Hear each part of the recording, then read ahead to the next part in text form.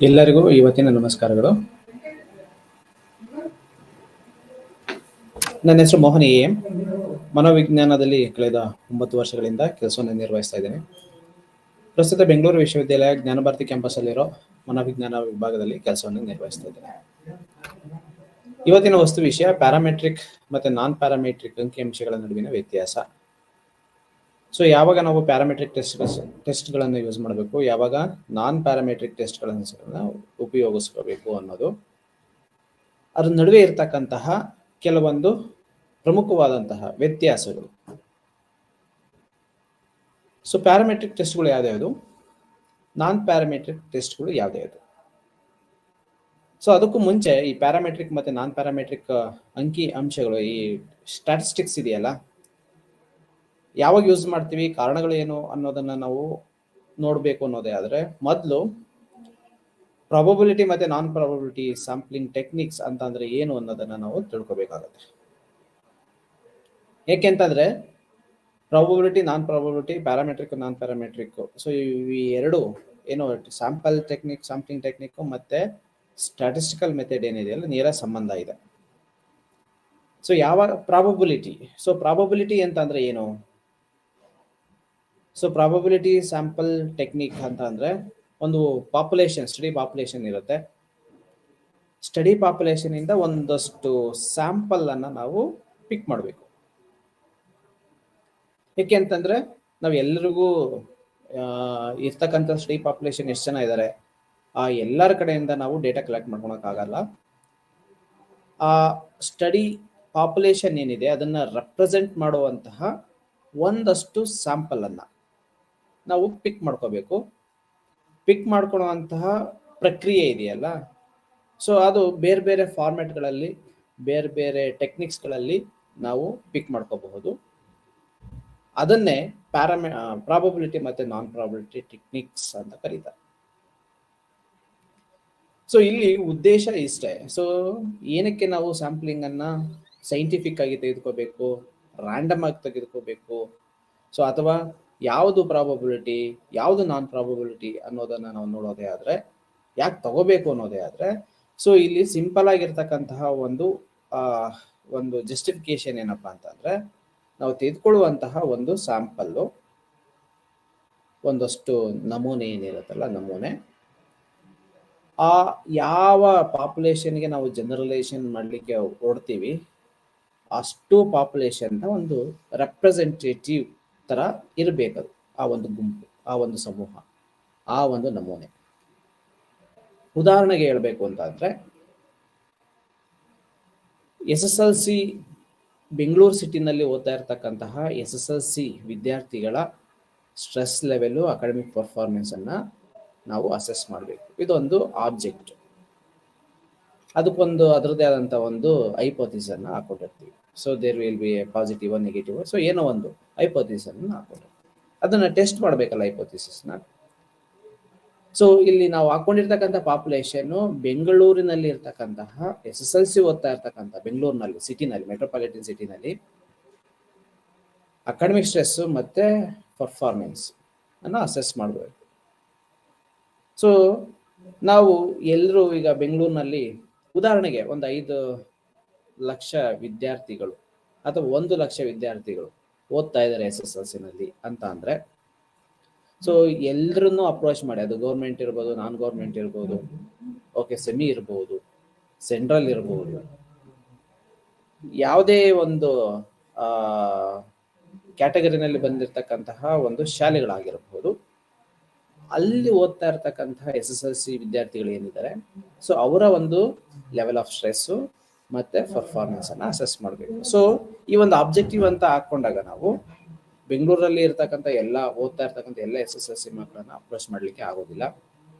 ಯಾಕೆಂತಂದ್ರೆ 1 ಲ್ಯಾಕ್ ಇದ್ದಾರೆ ಅಂತ ಅಂದ್ರೆ, ಸೊ 1 ಲ್ಯಾಕ್ ಸ್ಟೂಡೆಂಟ್ಸ್ ಇಂದ ನಾವು ಡೇಟಾ ಕಲೆಕ್ಟ್ ಮಾಡ್ಕೊಳ್ಳುವಂಥದ್ದು ಹೆಚ್ಚು ಕಡಿಮೆ ತುಂಬಾ ದಿನಗಳು ಹಿಡಿಯುತ್ತೆ. So it's not A right way. ನಾವಲ್ಲಿ ಮಾಡ್ಬೇಕಾಗಿರೋ ಅಂಥದ್ದೇನು, ಸೊ ಅಷ್ಟನ್ನು ರೆಪ್ರೆಸೆಂಟ್ ಮಾಡುವಂತಹ ಒಂದು ನಮೂನೆಯನ್ನು ಚೂಸ್ ಮಾಡ್ಕೋಬೇಕು. ಸೊ ಹೇಗೆ ಚೂಸ್ ಮಾಡ್ಕೊಳ್ಳುವಂಥದ್ದು? ಓಕೆ, ಸೊ ಅಲ್ಲಿ ಬೇರೆ ಬೇರೆ ಆದಂತಹ ಪ್ಯಾರಾಮೀಟರ್ಸ್ಗಳು ಬರುತ್ತೆ. ಆ ಪ್ಯಾರಾಮೀಟರ್ಸ್ಗಳ ಆಧಾರದ ಮೇಲೆ ನಾವು ಕೆಲವೊಂದು ನಮೂನೆಯನ್ನ, ಕೆಲವೊಂದು ಸ್ಯಾಂಪಲ್ ಅನ್ನ, ಈಗ ನಾವು ಯಾವಾಗ 1,00,000 ಪೀಪಲ್ಸ್ ಮೇಲೆ ಯಾವುದೇ ಒಂದು ಎಕ್ಸ್ಪೆರಿಮೆಂಟ್ ಅನ್ನ ನಾವು ಕಂಡಕ್ಟ್ ಮಾಡ್ಲಿಕ್ಕೆ ಆಗೋದಿಲ್ಲ, ಅವ್ರ ಕಡೆಯಿಂದ ಡೇಟಾ ಕಲೆಕ್ಟ್ ಮಾಡ್ಕೊಳೋದಕ್ಕೆ ಆಗ್ಲಿಲ್ಲ ಅಂತ ಅಂದಾಗ ಆ ಸಮೂಹವನ್ನ ರೆಪ್ರೆಸೆಂಟ್ ಮಾಡುವಂತಹ ಒಂದು ನಮೂನೆಯನ್ನ ಸೆಲೆಕ್ಟ್ ಮಾಡ್ಕೊಳ್ಳುವಂಥದ್ದು ಒಂದು ಸೈಂಟಿಫಿಕ್ ವಿಧಾನ.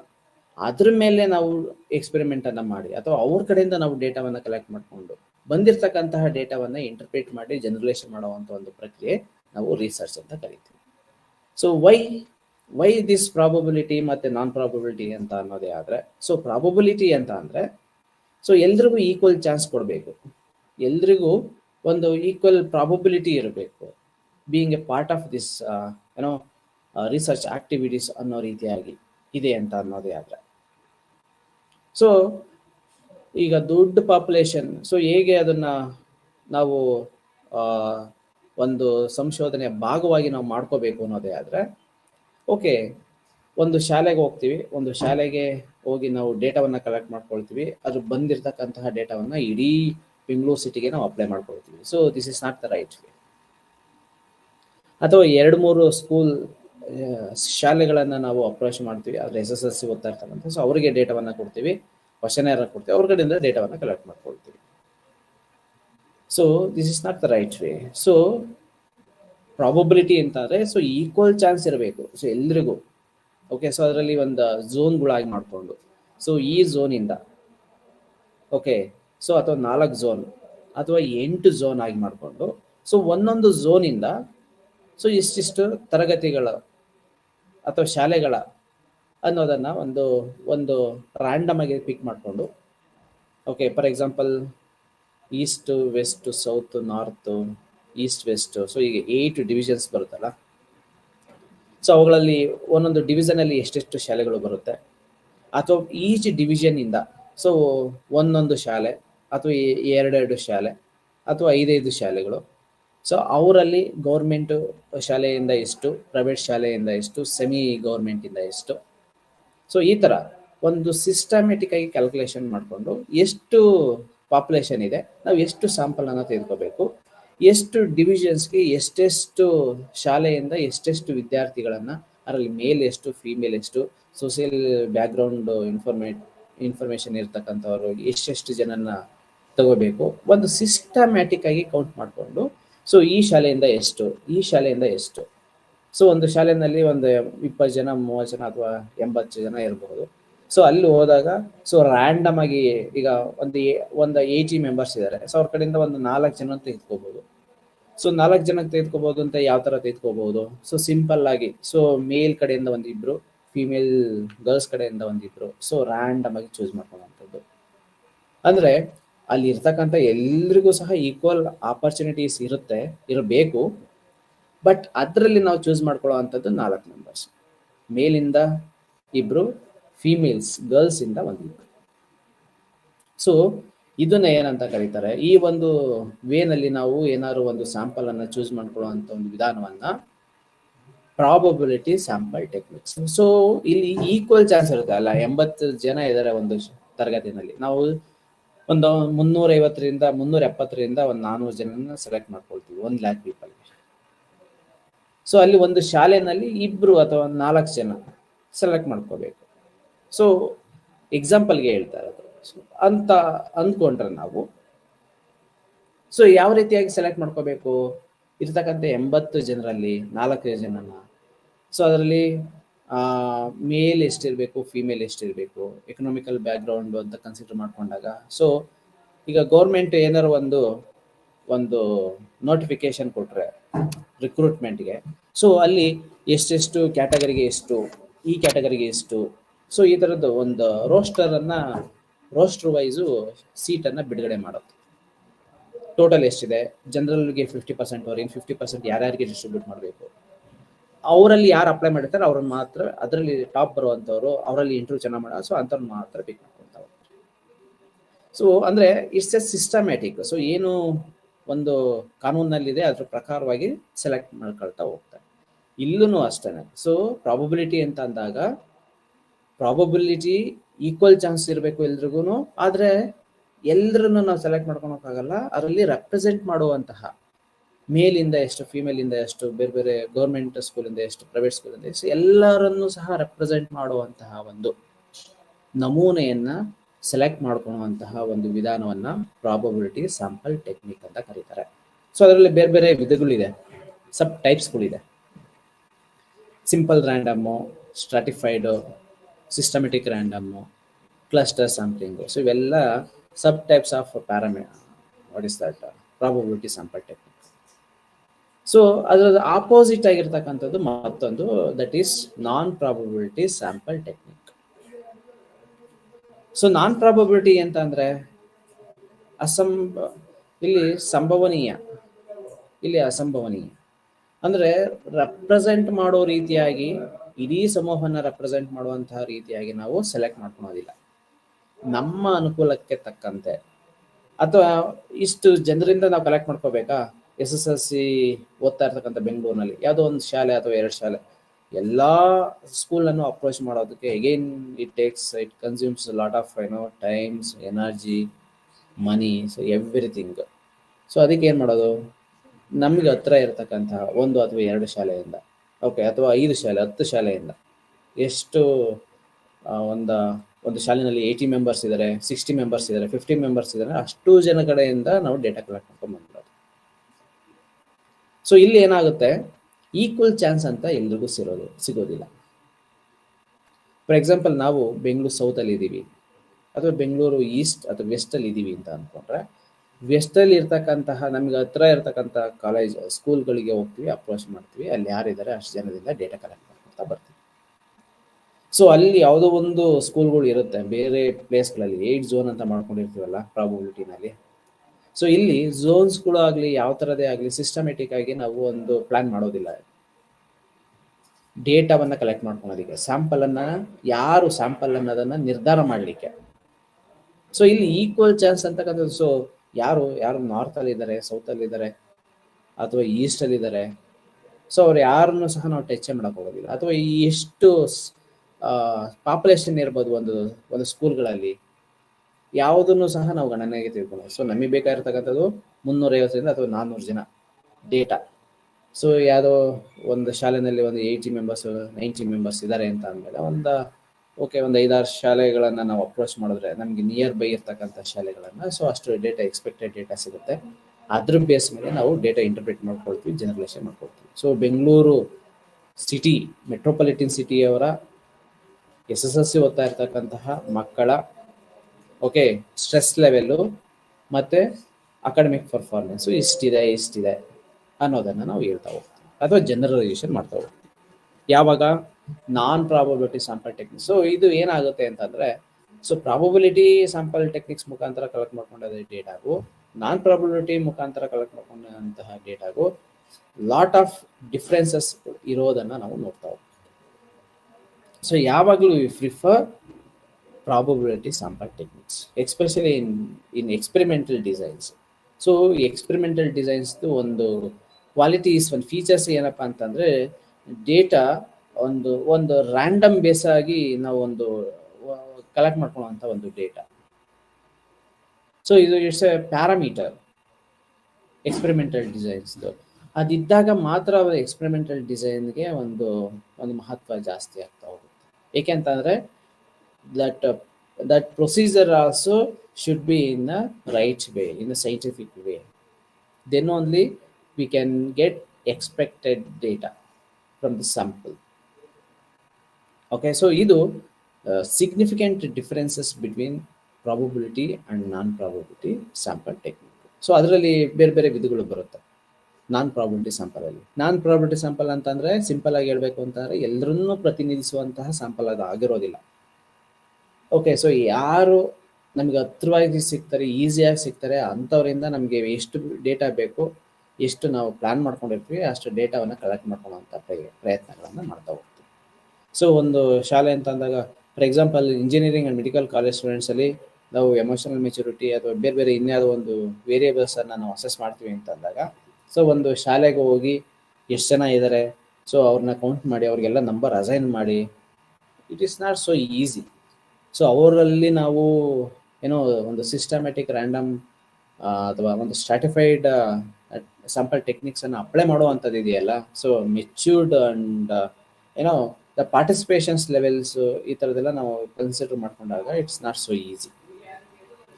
ಸೊ ನಾವು ಎಲ್ಲಿ ಈ ರ್ಯಾಂಡಮ್ ಸ್ಯಾಂಪ್ಲಿಂಗು, ಸಿಸ್ಟಮೆಟಿಕ್ ರ್ಯಾಂಡಮ್ ಸ್ಯಾಂಪ್ಲಿಂಗ್ ಅನ್ನು ಎಲ್ಲಿ ನಾವು ಎಫೆಕ್ಟಿವ್ ಆಗಿ ಯೂಸ್ ಮಾಡ್ಬೋದು ಅನ್ನೋದೇ ಆದರೆ, ಸೊ ಈಗ ಒಂದು ಮಿಡಲ್ ಸ್ಕೂಲು ಅಥವಾ ಏನೋ ಹೈಯರ್ ಪ್ರೈಮರಿ, ಸೊ ಇಂಥ ಲೆವೆಲಲ್ಲಿ, ಸೊ ಹೈಸ್ಕೂಲು ಸ್ವಲ್ಪ ಪ್ರಮಾಣದಲ್ಲಿ ನಾವು ಇಂಪ್ಲಿಮೆಂಟ್ ಮಾಡಬಹುದು. ಓಕೆ, ಸೊ ಯಾಕೆ ಅಂತಂದರೆ they are not ready to ಏನೋ the consent is important, right? Consent form ನಾವು ಕೊಡಬೇಕು, ನಾವು ಸೆಲೆಕ್ಟ್ ಮಾಡ್ಕೊಂಡು ಅವ್ರು ಕೊಡ್ತಾರೋ ಕೊಡೋದಿಲ್ವೋ, ಓಕೆ, ಸೊ ಅವ್ರಿಗೆ ಅದು ಒಪ್ಪಿಗೆ ಇರುತ್ತೋ ಇರೋದಿಲ್ವೋ ಡೇಟಾ ಕೊಡೋದಕ್ಕೆ, ಸೊ ಇದೆಲ್ಲ ಪ್ಯಾರಾಮೀಟರ್. ಸೊ ನಾವೇನೋ ಒಂದು ಚೂಸ್ ಮಾಡ್ತೀವಿ ಇವ್ರು ಇರಬಹುದು ಅಂತ, but they are not ready to fill the form, not ready to give the informations. So ಏನಾಗುತ್ತೆ, ನಮ್ಮ ಪರ್ಪಸ್ ಸರ್ವ್ ಆಗೋದಿಲ್ಲ. ಸೊ ಈಗೇನ್ ಅಡ್ವಾಂಟೇಜಸ್ಗಳು ಇರುತ್ತೆ ಮತ್ತು ಡಿಸ್ಅಡ್ವಾಂಟೇಜಸ್ಗಳು ಇರುತ್ತೆ ಅವರಲ್ಲಿ, ಪ್ರಾಬಬಿಲಿಟಿ ಮತ್ತು ನಾನ್ ಪ್ರಾಬಬಿಲಿಟಿ ಸ್ಯಾಂಪಲ್ ಟೆಕ್ನಿಕ್ಸಲ್ಲಿ. ಸೊ ಅದನ್ನೆಲ್ಲ ನಾವು ಓವರ್ಕಮ್ ಮಾಡಿಕೊಂಡು ಒಂದು ಸೈಂಟಿಫಿಕ್ ಡೇಟಾವನ್ನು ನಾವು ಕಲೆಕ್ಟ್ ಮಾಡ್ಕೋಬೇಕಾಗುತ್ತೆ. ಆ ಡೇಟಾ ಯಾವ ರೀತಿಯಾಗಿರಬೇಕು ಅಂತಂದರೆ, the data should be when you put it in the normal probability curve ಅಥವಾ in the curve, the data should be in this shape ಒಂದು, ಅಂದರೆ ಬೆಲ್ ಶೇಪ್ಡ್ ಕರ್ವಲ್ಲೇ ಇರಬೇಕು. ಬೆಲ್ ಶೇಪ್ಡ್ ಕರ್ವ್ ಅಂತಂದರೆ, ಸೊ ಒಂದು ಲೈನ್ ಇರುತ್ತೆ, ಸೊ ಅದ್ರ ಮೇಲೆ ಒಂದು ಬೆಲ್ ಆಕಾರವಾಗಿರ್ತಕ್ಕಂತಹ ಒಂದು ರೇಖೆ, ವಕ್ರ ರೇಖೆ ಬರಬೇಕು, ಡಿಸ್ಪ್ಲೇ ಆಗಬೇಕು. ಸೊ ಆ ಡೇಟಾವನ್ನು ನಾವು ಏನಂತ ಕರಿತೀವಿ, ನಾವು ಪಡ್ಕೊಂಡಿರ್ತಕ್ಕಂತಹ ಡೇಟಾ ನಾರ್ಮಲಿ ಡಿಸ್ಟ್ರಿಬ್ಯೂಟ್ ಆಗಿದೆ. ಓಕೆ, ಸೊ ಸಾಮಾನ್ಯ ಸಂಭವನೀಯ ರೇಖೆ ರೀತಿಯಾಗಿ ನಾವು ಪಡ್ಕೊಂಡಿರ್ತಕ್ಕಂಥ ಡೇಟಾ ಇರಬೇಕು.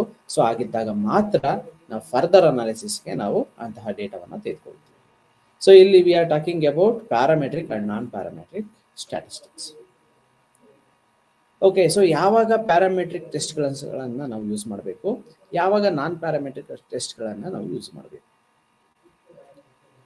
ಸೊ ಪ್ಯಾರಾಮೆಟ್ರಿಕ್ ಟೆಸ್ಟ್ಗಳನ್ನ ಯಾವಾಗ ಯೂಸ್ ಮಾಡಬೇಕು ಅಂತಂದಾಗ, ನಾವು ಯಾವಾಗ ಪ್ರಾಬಬಿಲಿಟಿ ಸ್ಯಾಂಪಲ್ ಮುಖಾಂತರ, ಅಂದರೆ ಸಿಂಪಲ್ ರ್ಯಾಂಡಮ್ಮು, ಸಿಸ್ಟಮೆಟಿಕ್ ರ್ಯಾಂಡಮು, ಸ್ಟ್ರಾಟಿಫೈಡು, ಕ್ಲಸ್ಟರು, ಈ 4 ವಿಧಗಳ ಮುಖಾಂತರ ನಾವೊಂದು ನಮೂನೆಯ ವಿದ್ಯಾರ್ಥಿಗಳನ್ನು ಅಥವಾ ಒಂದು ಸ್ಯಾಂಪಲ್, ಒಂದು ನಮೂನೆಯನ್ನು ಚೂಸ್ ಮಾಡ್ಕೊಳ್ತೀವಲ್ಲ, ಸೊ ಅಂತಹ ಸಂದರ್ಭದಲ್ಲಿ ಅಂತಹ ಡೇಟಾವನ್ನು ನಾವು ಕ್ಯಾಲ್ಕುಲೇಟ್ ಮಾಡಬೇಕು, ಅಂತಹ ಡೇಟಾವನ್ನು ನಾವು ಯೂಸ್ ಮಾಡ್ಕೋಬೇಕು, ಅಥವಾ ಕ್ಯಾಲ್ಕುಲೇಷನ್ ಒಂದು ಡೇಟಾ ಟ್ಯಾಬ್ಯುಲೇಷನ್ ಮಾಡಿ ಒಂದು ಸ್ಟ್ಯಾಟಿಸ್ಟಿಕ್ಸ್ ಪ್ರೋಸೆಸನ್ನು ನಾವು ಮಾಡಬೇಕು ಅನ್ನೋದೇ ಆದರೆ, ಸೊ ಅಂದರೆ ಅದು ಅಕ್ಸೆಪ್ಟ್ ಆಗಿದೆ ಅಂತಂದರೆ ನಾರ್ಮಲಿ ಡಿಸ್ಟ್ರಿಬ್ಯೂಟ್ ಆಗಿರಬೇಕು.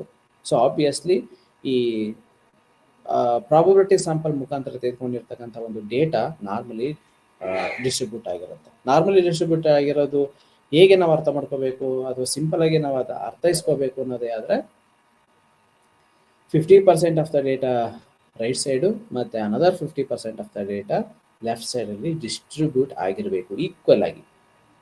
ಆ ಪ್ರಪೋರ್ಷನೇಟ್ ಅಂತ ಇರುತ್ತಲ್ಲ, ಸೊ ಈಕ್ವಲ್ ಪ್ರಪೋರ್ಷನೇಟಲ್ಲಿ ಡಿಸ್ಟ್ರಿಬ್ಯೂಟ್ ಆಗಿರಬೇಕು. So then only we called as a normally distributed curve. Okay, so ಒಮ್ಮೆ ನಾವು ಆ ಥರ ಇನ್ ಟರ್ಮ್ಸ್ ಆಫ್ ಕ್ವಿನೆಸಿಸ್, ಕರ್ಟಸಿಸ್ ಅಂತ ನಾವು ತೆಗೆದುಕೊಂಡಾಗ, ಎಕ್ಸ್ಪೆಕ್ಟೆಡ್ ಡೇಟಾವನ್ನು ನಾವು ಪಡ್ಕೊಂಡಿದ್ದೀವಿ ಅಂತ ಅಂದಾಗ, ನಾವು ಪ್ಯಾರಾಮೆಟ್ರಿಕನ್ನು ಅಪ್ಲೈ ಮಾಡಬೇಕಾ, ನಾನ್ ಪ್ಯಾರಾಮೆಟ್ರಿಕನ್ನು ಅಪ್ಲೈ ಮಾಡಬೇಕಾ, ಸೊ ನಾವು ಅಲ್ಲಿ ಡಿಸೈಡನ್ನು ಮಾಡ್ಕೊಳ್ತೀವಿ. ಯಾವ ಬೇಸ್ ಮೇಲೆ? ಅಗೇನ್ ಪ್ರಾಬಬಿಲಿಟಿ ಮತ್ತು non probability sample technique. Parametric ಯಾವಾಗ ಯೂಸ್ ಮಾಡಬೇಕು?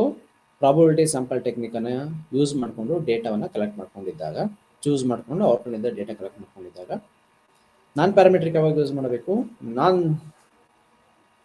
ಪ್ರಾಬಬಿಲಿಟಿ ಸ್ಯಾಂಪಲ್ ಟೆಕ್ನಿಕ್ಸನ್ನು ಯೂಸ್ ಮಾಡಿಕೊಂಡು ಡೇಟಾ ಕಲೆಕ್ಟ್ ಮಾಡಿಕೊಂಡು ಅದೇನಾದ್ರು within the range, skewness and kurtosis within a range ಬಂತು ಅಂತ ಅಂದಾಗ, ಸೊ ಅದನ್ನು ಫರ್ದರ್ ಅನಾಲಿಸಿಸ್ಗೆ ನಾವು ಯೂಸ್ ಮಾಡಬಹುದು ಅಂತ ಅಂದಾಗ, so then will go for non parametric test. Okay, so ಇದು ಪ್ಯಾರಾಮೆಟ್ರಿಕನ್ನು ಯಾವಾಗ ಯೂಸ್ ಮಾಡಬೇಕು ಮತ್ತು ನಾನ್ ಪ್ಯಾರಾಮೆಟ್ರಿಕ್ ಟೆಸ್ಟ್ಗಳು ಅಂತ ಅಂದರೆ ಅಂಕಿ ಅಂಶಗಳ ಒಂದು ಸ್ಟ್ಯಾಟಿಸ್ಟಿಕ್ಸ್, ಸೊ ಯಾವಾಗ ಯೂಸ್ ಮಾಡಬೇಕು ಅನ್ನೋದು ಒಂದು ಪ್ರಶ್ನೆಗೆ ಉತ್ತರ.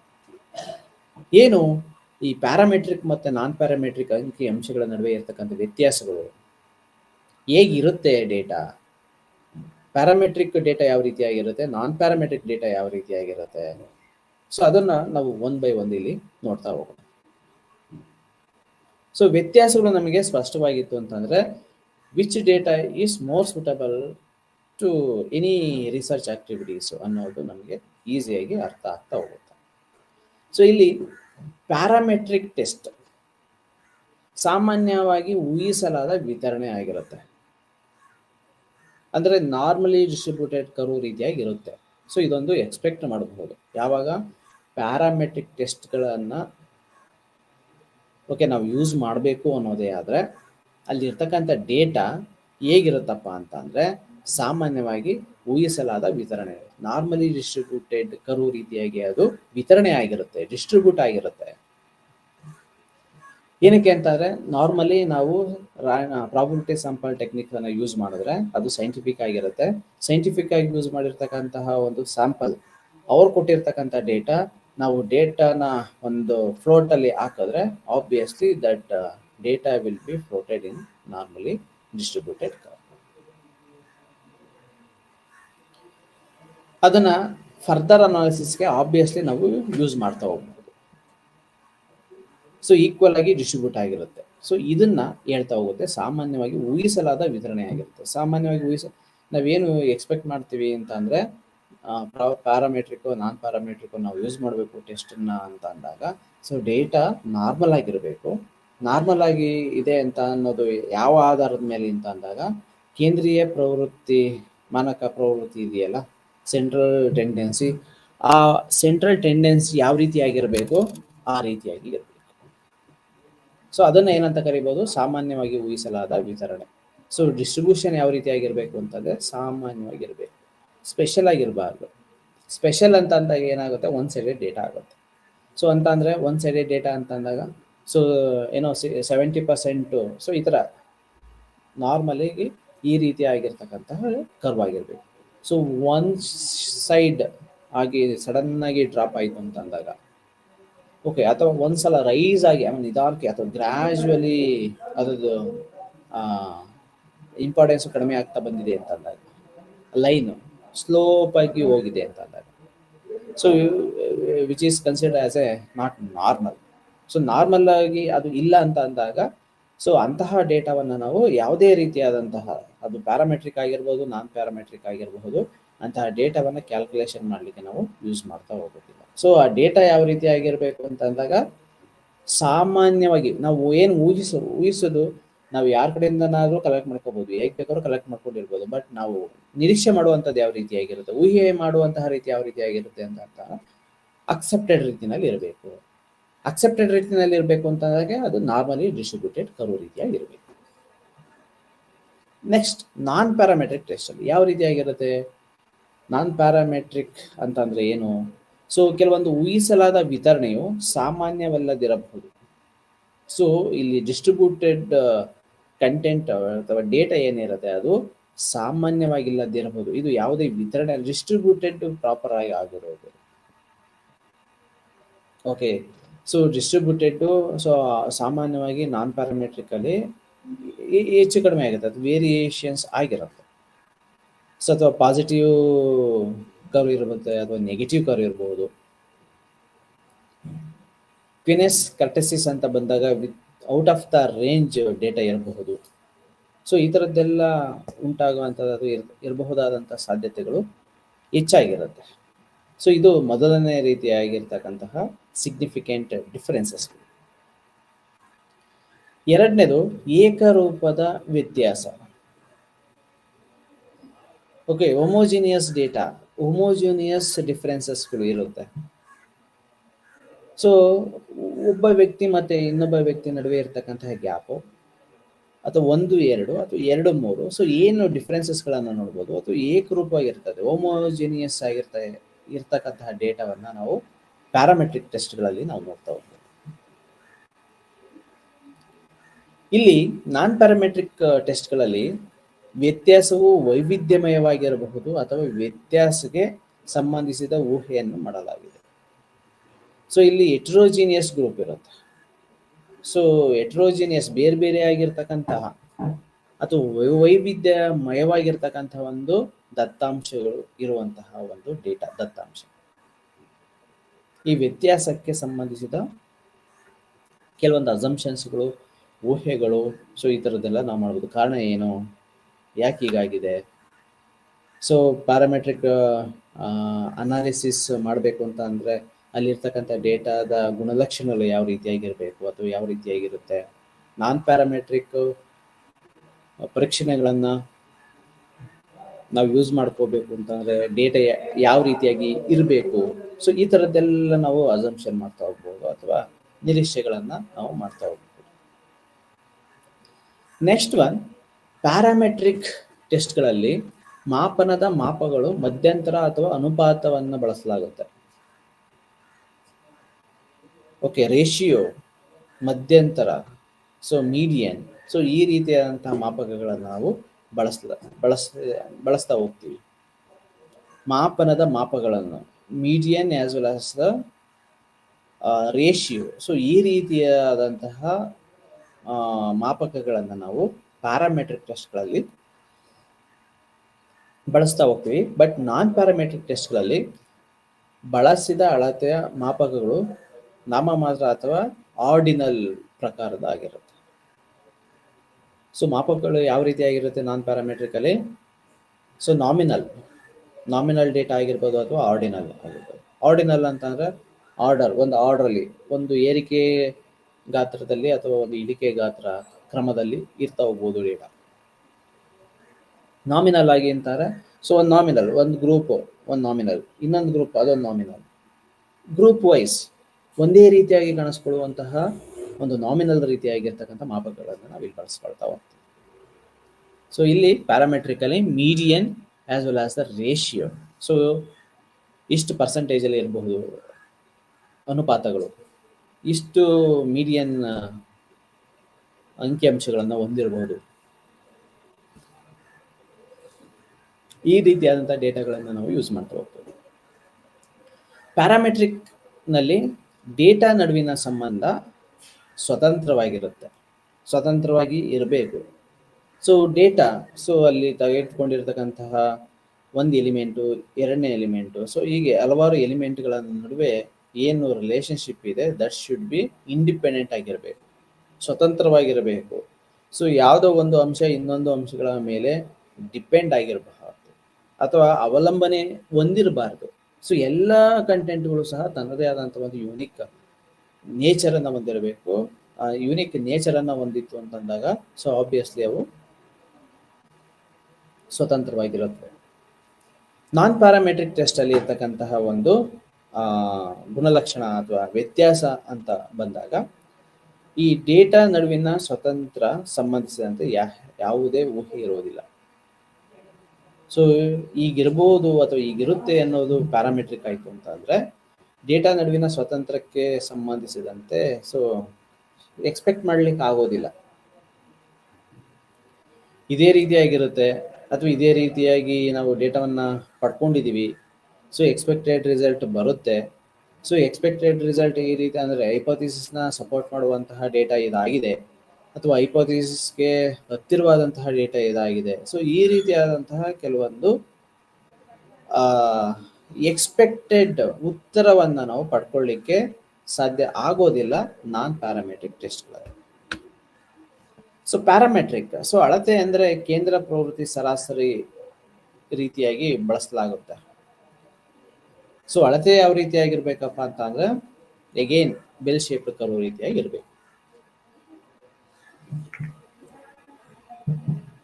ಇಲ್ಲಿ ಸರಾಸರಿಯಾಗಿ ಬಳಸಲಾಗುತ್ತೆ ಕೇಂದ್ರ ಪ್ರವೃತ್ತಿ ಮಾಪಕದ ಸರಾಸರಿ. ನಾನ್ ಪ್ಯಾರಾಮೆಟ್ರಿಕ್ ಅಲ್ಲಿ ಅಳತೆ ಅಂತಂದ್ರೆ ಕೇಂದ್ರ ಪ್ರವೃತ್ತಿ ಮೀಡಿಯನ್ ಅಂಶಗಳನ್ನ ಇಲ್ಲಿ ಬಳಸಲಾಗುತ್ತೆ. ಸೊ ಅಲ್ಲಿ ಕೇಂದ್ರ ಪ್ರವೃತ್ತಿಯ ಸರಾಸರಿ ಅಂದ್ರೆ ಓವರ್ ಆಲ್ ಸೆಂಟರ್ ಪಾಯಿಂಟ್ ಏನಿರುತ್ತೆ ಅದನ್ನ ಬಳಸಿದ್ರೆ, ಸೊ ಸರಾಸರಿ ಮತ್ತೆ ಮೀಡಿಯನ್ ಇವೆರಡರ ನಡುವೆ ಅಂಶಗಳನ್ನು ನಾವು ಗಮನಿಸ್ಕೋಬೇಕು ಅನ್ನೋದೇ ಆದ್ರೆ, ಸೊ ಅಳತೆ ಪ್ಯಾರಾಮೆಟ್ರಿಕ್ ಟೆಸ್ಟ್ಗಳಲ್ಲಿ ತೆಗೆದುಕೊಳ್ಳುವಂತಹ ಅಳತೆ ಯಾವ ರೀತಿಯಾಗಿರಬಹುದು ಅಂತಂದ್ರೆ number of total value divided by number of participants equals that is average. ಅಂದ್ರೆ ಬಂದಿರತಕ್ಕಂಥ ಒಂದು ಒಟ್ಟು ಏನು ಉತ್ತರ ಇರುತ್ತಲ್ಲ, ಒಟ್ಟು ಸಂಖ್ಯೆಯನ್ನ ಅಲ್ಲಿ ಇರ್ತಕ್ಕಂತಹ ಯೂನಿಟ್ ಇಂದ ಭಾಗಿಸಿದ್ರೆ ಬರುವಂತಹ ಒಂದು ಉತ್ತರ ಸರಾಸರಿಯಾಗಿರುತ್ತೆ. ಆ ರೀತಿಯಾದಂತಹ ಡೇಟಾವನ್ನ ಪ್ಯಾರಾಮೆಟ್ರಿಕ್ ಟೆಸ್ಟ್ಗಳಲ್ಲಿ ನಾವು ನೋಡ್ತಾ ಹೋಗ್ತೀವಿ. ಇಲ್ಲಿ ಅಳತೆ ಅಂತ ಅಂದ್ರೆ ಮೆಜರ್ಮೆಂಟ್ ಯಾವ ರೀತಿಯಾಗಿರುತ್ತೆ ಈ ನಾನ್ ಪ್ಯಾರಾಮೆಟ್ರಿಕಲಿ ಅಂತ ಅಂದ್ರೆ, ಸೊ ಇದು ಮೀಡಿಯನ್ ಮಧ್ಯಾಂಕ, ಈ ಮಧ್ಯಾಂಕವನ್ನ ಇಲ್ಲಿ ಬಳಸಲಾಗುತ್ತೆ. ಮಧ್ಯಾಂಕ ಅಂತ ಅಂದ್ರೆ ಒಂದು ಡೇಟಾ ಇರ್ತಕ್ಕಂಥ ಒಂದು ಸೀರೀಸ್ ಆಫ್ ಡೇಟಾ ಏನಿರುತ್ತೆ ಅದನ್ನ ಅಸೆಂಡಿಂಗ್ ಅಲ್ಲೋ ಅಥವಾ ಡಿಸೆಂಡಿಂಗ್ ಅಲ್ಲೋ ನಾವು ಅದನ್ನ ಒಂದು ಆರ್ಡರ್ ಮಾಡಿ ಮಿಡ್ ಪಾಯಿಂಟ್ ಅಲ್ಲಿ ಯಾವುದು ಬರುತ್ತೆ ಅಥವಾ ಮಧ್ಯದಲ್ಲಿ ಯಾವ ಅಂಕ ಬರುತ್ತೆ ಆ ಅಂಕ ಯಾವುದು ಅದನ್ನ ನಾವು ಬಳಸ್ತಾ ಹೋಗ್ತೀವಿ ನಾನ್ ಪ್ಯಾರಾಮೆಟ್ರಿಕ್ ಟೆಸ್ಟ್. ಓಕೆ, ಸೊ ಈ ಸರಾಸರಿ ಮತ್ತೆ ಮಧ್ಯಾಂಕದ ನಡುವೆ ಲಾಟ್ ಆಫ್ ಡಿಫರೆನ್ಸಸ್ ಇದೆ. ಸರಾಸರಿನಲ್ಲಿ ಯಾವುದೇ ರೀತಿಯಾದಂತಹ ಡಿಫರೆನ್ಸ್ ಬರೋದಿಲ್ಲ. ಸರಾಸರಿ ಅಂತಂದ್ರೆ ಸರಾಸರಿನೇ. ಸರಾಸರಿ ಅಂತ ಅಂದ್ರೆ ಫಾರ್ ಎಕ್ಸಾಂಪಲ್ ನಮ್ಮಲ್ಲಿ ಈಗ ಒಂದು SSLC ಅಥವಾ PUC ನಲ್ಲಿ ಪಡ್ಕೊಂಡಿರ್ತಕ್ಕಂಥ ಅಂಕಗಳನ್ನ ಆಧಾರವಾಗಿ ಇಟ್ಕೊಂಡು ಸರಾಸರಿಯಾಗಿ ಎಷ್ಟು ಪರ್ಸೆಂಟೇಜ್ ನಾವು ತೆಗೆದುಕೊಂಡಿರಬಹುದು ಅದನ್ನ ನಾವು ಕ್ಯಾಲ್ಕುಲೇಟ್ ಮಾಡಬೇಕು. ಯಾವ ರೀತಿ ಕ್ಯಾಲ್ಕುಲೇಟ್ ಮಾಡ್ತೀವಿ? ಈಗ first language, second language, PCMB ಅಥವಾ HEPS. ಓಕೆ, ಸೊ ಇನ್ಯಾವುದೋ ಒಂದು ಕಾಂಬಿನೇಷನ್ HECK, ಕಾಮರ್ಸ್ ಅಲ್ಲಿ ಯಾವುದೋ ಒಂದು ಸಬ್ಜೆಕ್ಟ್ ಅಂತ ಇರುತ್ತೆ. ಟೋಟಲ್ 6 ಸಬ್ಜೆಕ್ಟ್ ಬರುತ್ತೆ. ಸೊ 6 ಸಬ್ಜೆಕ್ಟ್ ಅಲ್ಲಿ ಮಿನಿಮಮ್ ಮಾರ್ಕ್ಸ್ ಎಷ್ಟಿರುತ್ತೆ ಅಂದ್ರೆ ಪಾಸಿಂಗ್ ಮಿನಿಮಮ್ ಮತ್ತೆ ಮ್ಯಾಕ್ಸಿಮಮ್ 100 ಅಂತ ಇರುತ್ತೆ. ಸೊ ಅಷ್ಟರ ನಡುವೆ ಬಂದಿರಬೇಕು ಪಾಸ್ ಅಂತ ಹೇಳ್ಬೇಕು ಅಂತ ಅಂದ್ರೆ. ಸೊ ಫಸ್ಟ್ ಲ್ಯಾಂಗ್ವೇಜ್ ಅಲ್ಲಿ ಒಂದಷ್ಟು ಅಂಕಗಳಿರುತ್ತೆ, ಸೆಕೆಂಡ್ ಲ್ಯಾಂಗ್ವೇಜ್ ಅಲ್ಲಿ ಒಂದಷ್ಟು ಅಂಕಗಳಿರುತ್ತೆ. ಸೊ ಅದೇ ತರ ಸಬ್ಜೆಕ್ಟ್ 4 ಸಬ್ಜೆಕ್ಟ್ಗಳಲ್ಲಿ ಒಂದೊಂದು ಅಂಕ ತೆಗೆದುಕೊಂಡಿರ್ತಾರೆ. ಫಾರ್ ಎಕ್ಸಾಂಪಲ್ ಫಸ್ಟ್ ಲ್ಯಾಂಗ್ವೇಜ್ ಕನ್ನಡದಲ್ಲಿ 100ಕ್ಕೆ 99 ತೆಗೆದುಕೊಂಡಿರ್ತಾರೆ. ಸೆಕೆಂಡ್ ಲ್ಯಾಂಗ್ವೇಜ್ ಇಂಗ್ಲಿಷ್ ಅಲ್ಲಿ 100ಕ್ಕೆ ಒಂದು 30 ಅಥವಾ 40 ಅಂತಾನೆ ಅನ್ಕೊಳ್ಳೋಣ, 40 ಅಥವಾ 45 ಅಂತ ಇಟ್ಕೊಳ್ಳೋಣ. ಸೊ ಇಲ್ಲಿ ಪರ್ಸೆಂಟೇಜ್ ಯಾವ ರೀತಿಯಾಗಿ ನಾವು ಕ್ಯಾಲ್ಕುಲೇಟ್ ಮಾಡ್ಕೊಳ್ತೀವಿ, ಅಥವಾ ನಮ್ಮ ಪರ್ಸೆಂಟೇಜು ಯಾವ್ದು ಜಾಸ್ತಿ ಇರುತ್ತಲ್ಲ 99% ಅಂತ, ಕನ್ನಡದಲ್ಲಿ 99% ಇರೋತರ ಅಂಕಗಳನ್ನು ತೆಗೆದುಕೊಂಡಿರ್ತೀವಲ್ಲ, ಸೊ ಅದ್ರ ಬೇಸ್ ಮೇಲೆ ನಮ್ದು ಓವರ್ ಆಲ್ ರಿಸಲ್ಟ್ 99% ಅಂತ ಹೇಳಲಿಕ್ಕೆ ಆಗೋದಿಲ್ಲ. ಸೊ ಅಲ್ಲಿ ಸರಾಸರಿಯನ್ನ ನಾವು ತೆಗೆದುಕೊಳ್ತೀವಿ. ಸರಾಸರಿ ಅಂತ ಅಂದ್ರೆ so first language, second language, ಉಳಿಕೆ ಇರ್ತಕ್ಕಂಥ 4 ಸಬ್ಜೆಕ್ಟ್ ಟೋಟಲ್ ಮಾಡಿದ್ರೆ ಎಷ್ಟಾಗುತ್ತೆ ಡಿವೈಡೆಡ್ ಬೈ 6 ಮಾಡಿದ್ರೆ ಎಷ್ಟು ಉತ್ತರ ಬರುತ್ತೆ, ದಟ್ ವಿಲ್ ಬಿ ಸರಾಸರಿ, ಅವರೇಜ್. ಈ ನಾನ್ ಪ್ಯಾರಾಮೆಟ್ರಿಕಲ್ ಆ ಥರ ಯೂಸ್ ಮಾಡೋದಿಲ್ಲ, ಸರಾಸರಿ. ಸೊ ಎಲ್ಲ ಹೋದ್ರೂ ಸಹ, ಸೊ ಯಾವುದೇ ಒಂದು ಯೂನಿವರ್ಸಿಟಿ, ಯಾವುದೇ ಒಂದು ಬೋರ್ಡ್, SSLC ಬೋರ್ಡ್, PUC ಬೋರ್ಡ್ಗೆ ಹೋದ್ರೂ ಸಹ ಇದೇ ಫಾರ್ಮ್ಯಾಟ್ ಅಲ್ಲೇ ಹೇಳ್ತಾ ಹೋಗ್ತಾರೆ. ನಮ್ಮ ಪರ್ಸೆಂಟೇಜ್ ಎಷ್ಟು ಇದೇ ರೀತಿಯ ಕ್ಯಾಲ್ಕುಲೇಟ್ ಮಾಡ್ತಾರೆ. ಸೊ ಅಲ್ಲಿ ಮೀಡಿಯನ್ ಮೇಲೆ ನಮ್ಮ ಉತ್ತರ ಇರೋದಿಲ್ಲ, ನಮ್ಮ ಸರಾಸರಿ ಇರೋದಿಲ್ಲ. ನಮ್ಮ ಸರಾಸರಿ ಯಾವ ಮೇಲೆ ಇರುತ್ತೆ ಅಂತಂದ್ರೆ ನಮ್ಮ ಅಂಕಗಳು ಯಾವಾಗಲೂ ಸರಾಸರಿ ಆಧಾರದ ಮೇಲೆ ಇರುತ್ತೆ. ಆದ್ರೆ ಇಲ್ಲಿ ಮಧ್ಯಮಾಂಕ ಅಂತ ಅಂದ್ರೆ ಯಾವ್ದನ್ನ ಕಳಿತೀವಿ ಅಂತಂದ್ರೆ ಫಾರ್ ಎಕ್ಸಾಂಪಲ್ ಕನ್ನಡದಲ್ಲಿ 99, ಓಕೆ, ಇಂಗ್ಲಿಷ್ ಅಲ್ಲಿ 40, ಇನ್ನ ಸಬ್ಜೆಕ್ಟ್ ಅಲ್ಲಿ 50, 60, 70, 80, 90. ಸೊ ಈ ತರ ಇರುತ್ತೆ ಅಂತ ಹೇಳ್ಕೊಳ್ಳೋಣ. ಓಕೆ, ಸೊ 40, 50, 60, 40, 50, 60, 70, 80, 90 ಅಥವಾ 99 ಈ ರೀತಿಯಾಗಿದೆ ಅಂತಂದಾಗ ಸೊ ಮಿಡ್ ಪಾಯಿಂಟ್ ಯಾವುದು? 40, 50, 60 ಮತ್ತೆ 70 ಇವೆರಡನ್ನು ನಾವು ಏನ್ ಮಾಡಬೇಕು? ಆಡ್ ಮಾಡಬೇಕು.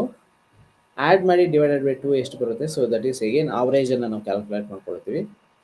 ಬಂದಿರತಕ್ಕಂಥ ಉತ್ತರ ಮೀಡಿಯನ್ ಅಂತ ನಾವು ಹೇಳ್ತೇವೆ. ಇನ್ನು ಸಿಂಪಲ್ ಆಗಿ ಹೇಳ್ಬೇಕು ಈ ಮೀಡಿಯನ್ ಅಂತ ಅಂದ್ರೆ 1 ರಿಂದ 7 ಸಂಖ್ಯೆ.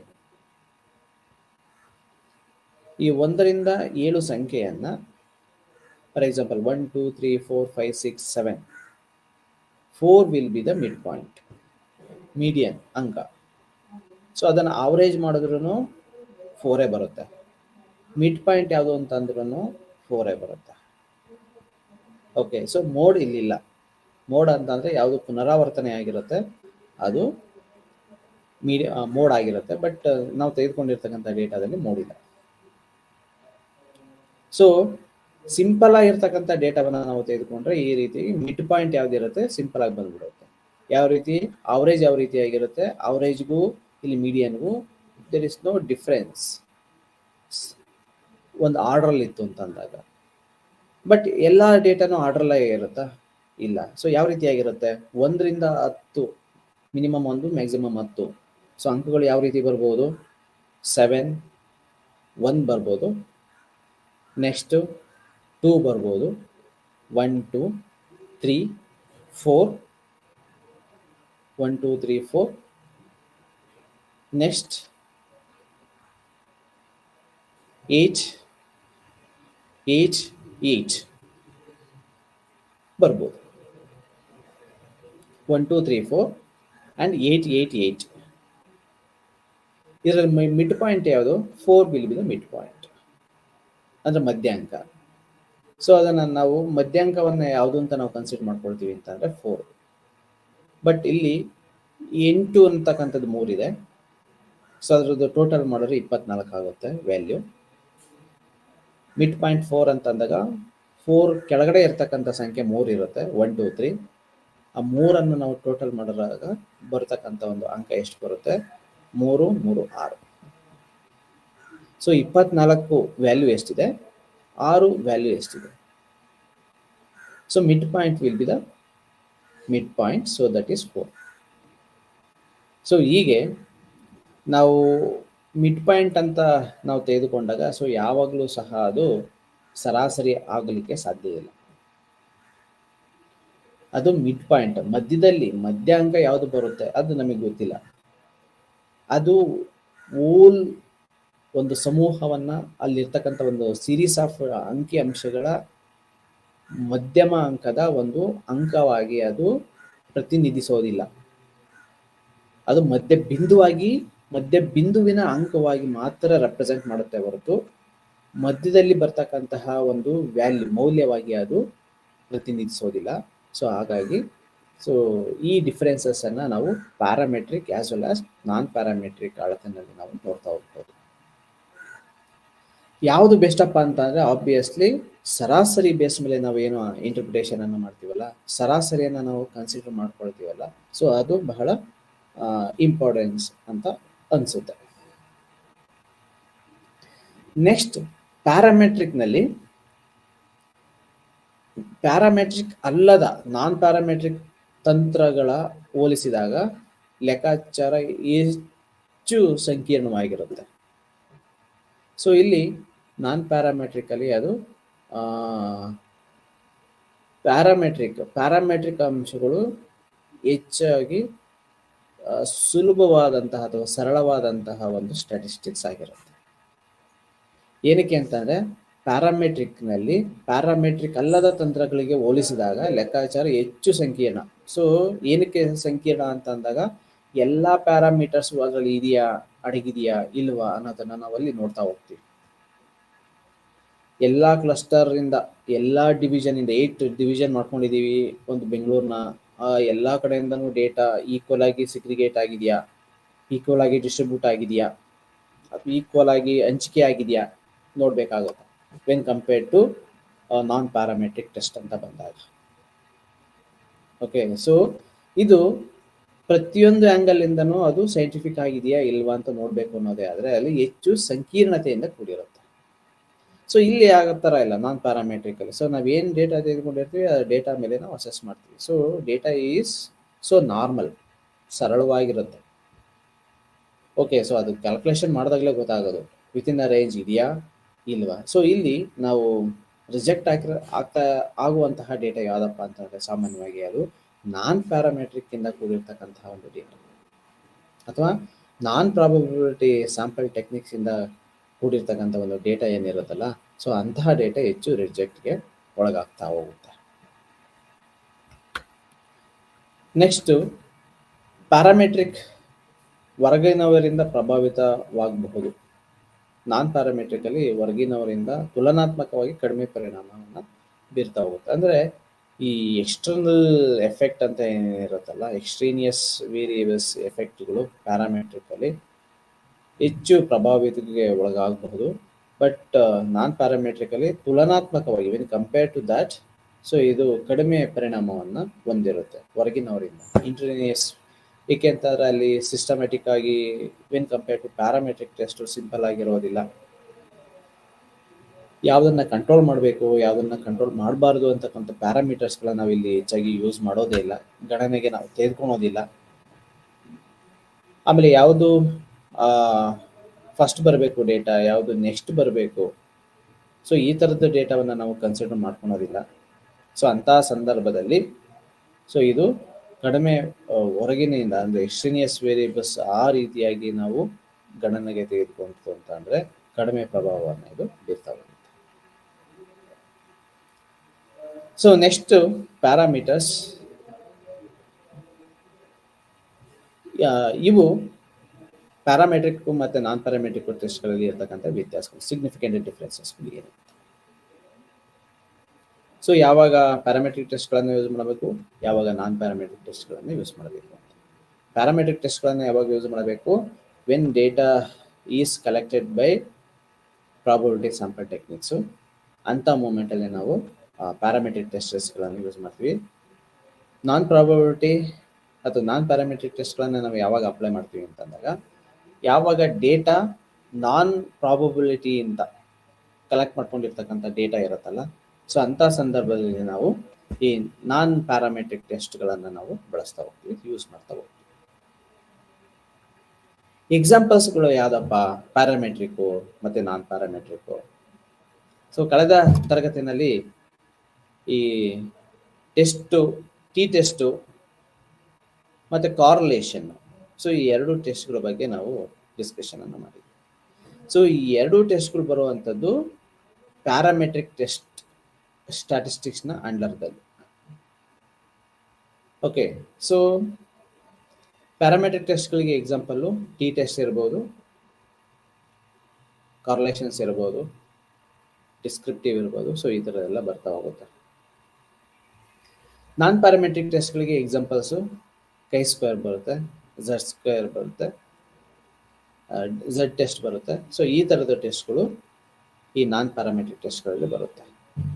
ಸೊ ಈ ಕೈ ಸ್ಕ್ವೇರ್ಗೂ ಟಿ ಟೆಸ್ಟ್ಗೂ ಇರೋ ಡಿಫ್ರೆನ್ಸ್ ಏನಪ್ಪ ಅಂತಂದರೆ, ಟೆಕ್ನಿಕಲಿ ಎರಡೂ ಒಂದೇ ರೀತಿಯಾದಂತಹ ಇಂಟರ್ಪ್ರಿಟೇಷನನ್ನು ಮಾಡ್ತವೆ.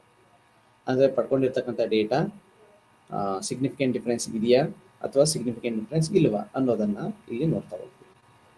ಆದರೆ ಯಾವಾಗ ಅಪ್ಲೈ ಮಾಡ್ತೀವಿ ಟಿ ಟೆಸ್ಟು, ಬಟ್ ಯಾವಾಗ ಅಪ್ಲೈ ಮಾಡ್ತೀವಿ ಕೈ ಸ್ಕ್ವೇರ್ ಅಂತ ಅಂದಾಗ, ಪ್ರಾಬಬಿಲಿಟಿ ಸ್ಯಾಂಪಲ್ ಟೆಕ್ನಿಕ್ಸು ಮತ್ತು ನಾನ್ ಪ್ರಾಬಬಿಲಿಟಿ ಟೆಕ್ನಿಕಲ್ ವಿಷಯ ಅಂತ ಬಂದಾಗ, ಸೊ ಪ್ಯಾರಾಮೆಟ್ರಿಕ್ ಟೆಸ್ಟ್ ಅನ್ನೋದೇ ಆದರೆ ಟಿ ಟೆಸ್ಟನ್ನು ಯೂಸ್ ಮಾಡ್ತೀವಿ. ಅದು ನಾನ್ ಪ್ರಾಬಬಿಲಿಟಿ ಸ್ಯಾಂಪಲ್ ಟೆಕ್ನಿಕ್ಸಿಂದ ಕಲೆಕ್ಟ್ ಮಾಡ್ಕೊಂಡಿರ್ತಕ್ಕಂಥ ಡೇಟಾ ಅಂತ ಅಂದರೆ ಅಲ್ಲಿ ಕೈ ಸ್ಕ್ವೇರನ್ನು ಯೂಸ್ ಮಾಡ್ತೀವಿ. ಇಷ್ಟೇ ಡಿಫ್ರೆನ್ಸಸ್ಸು.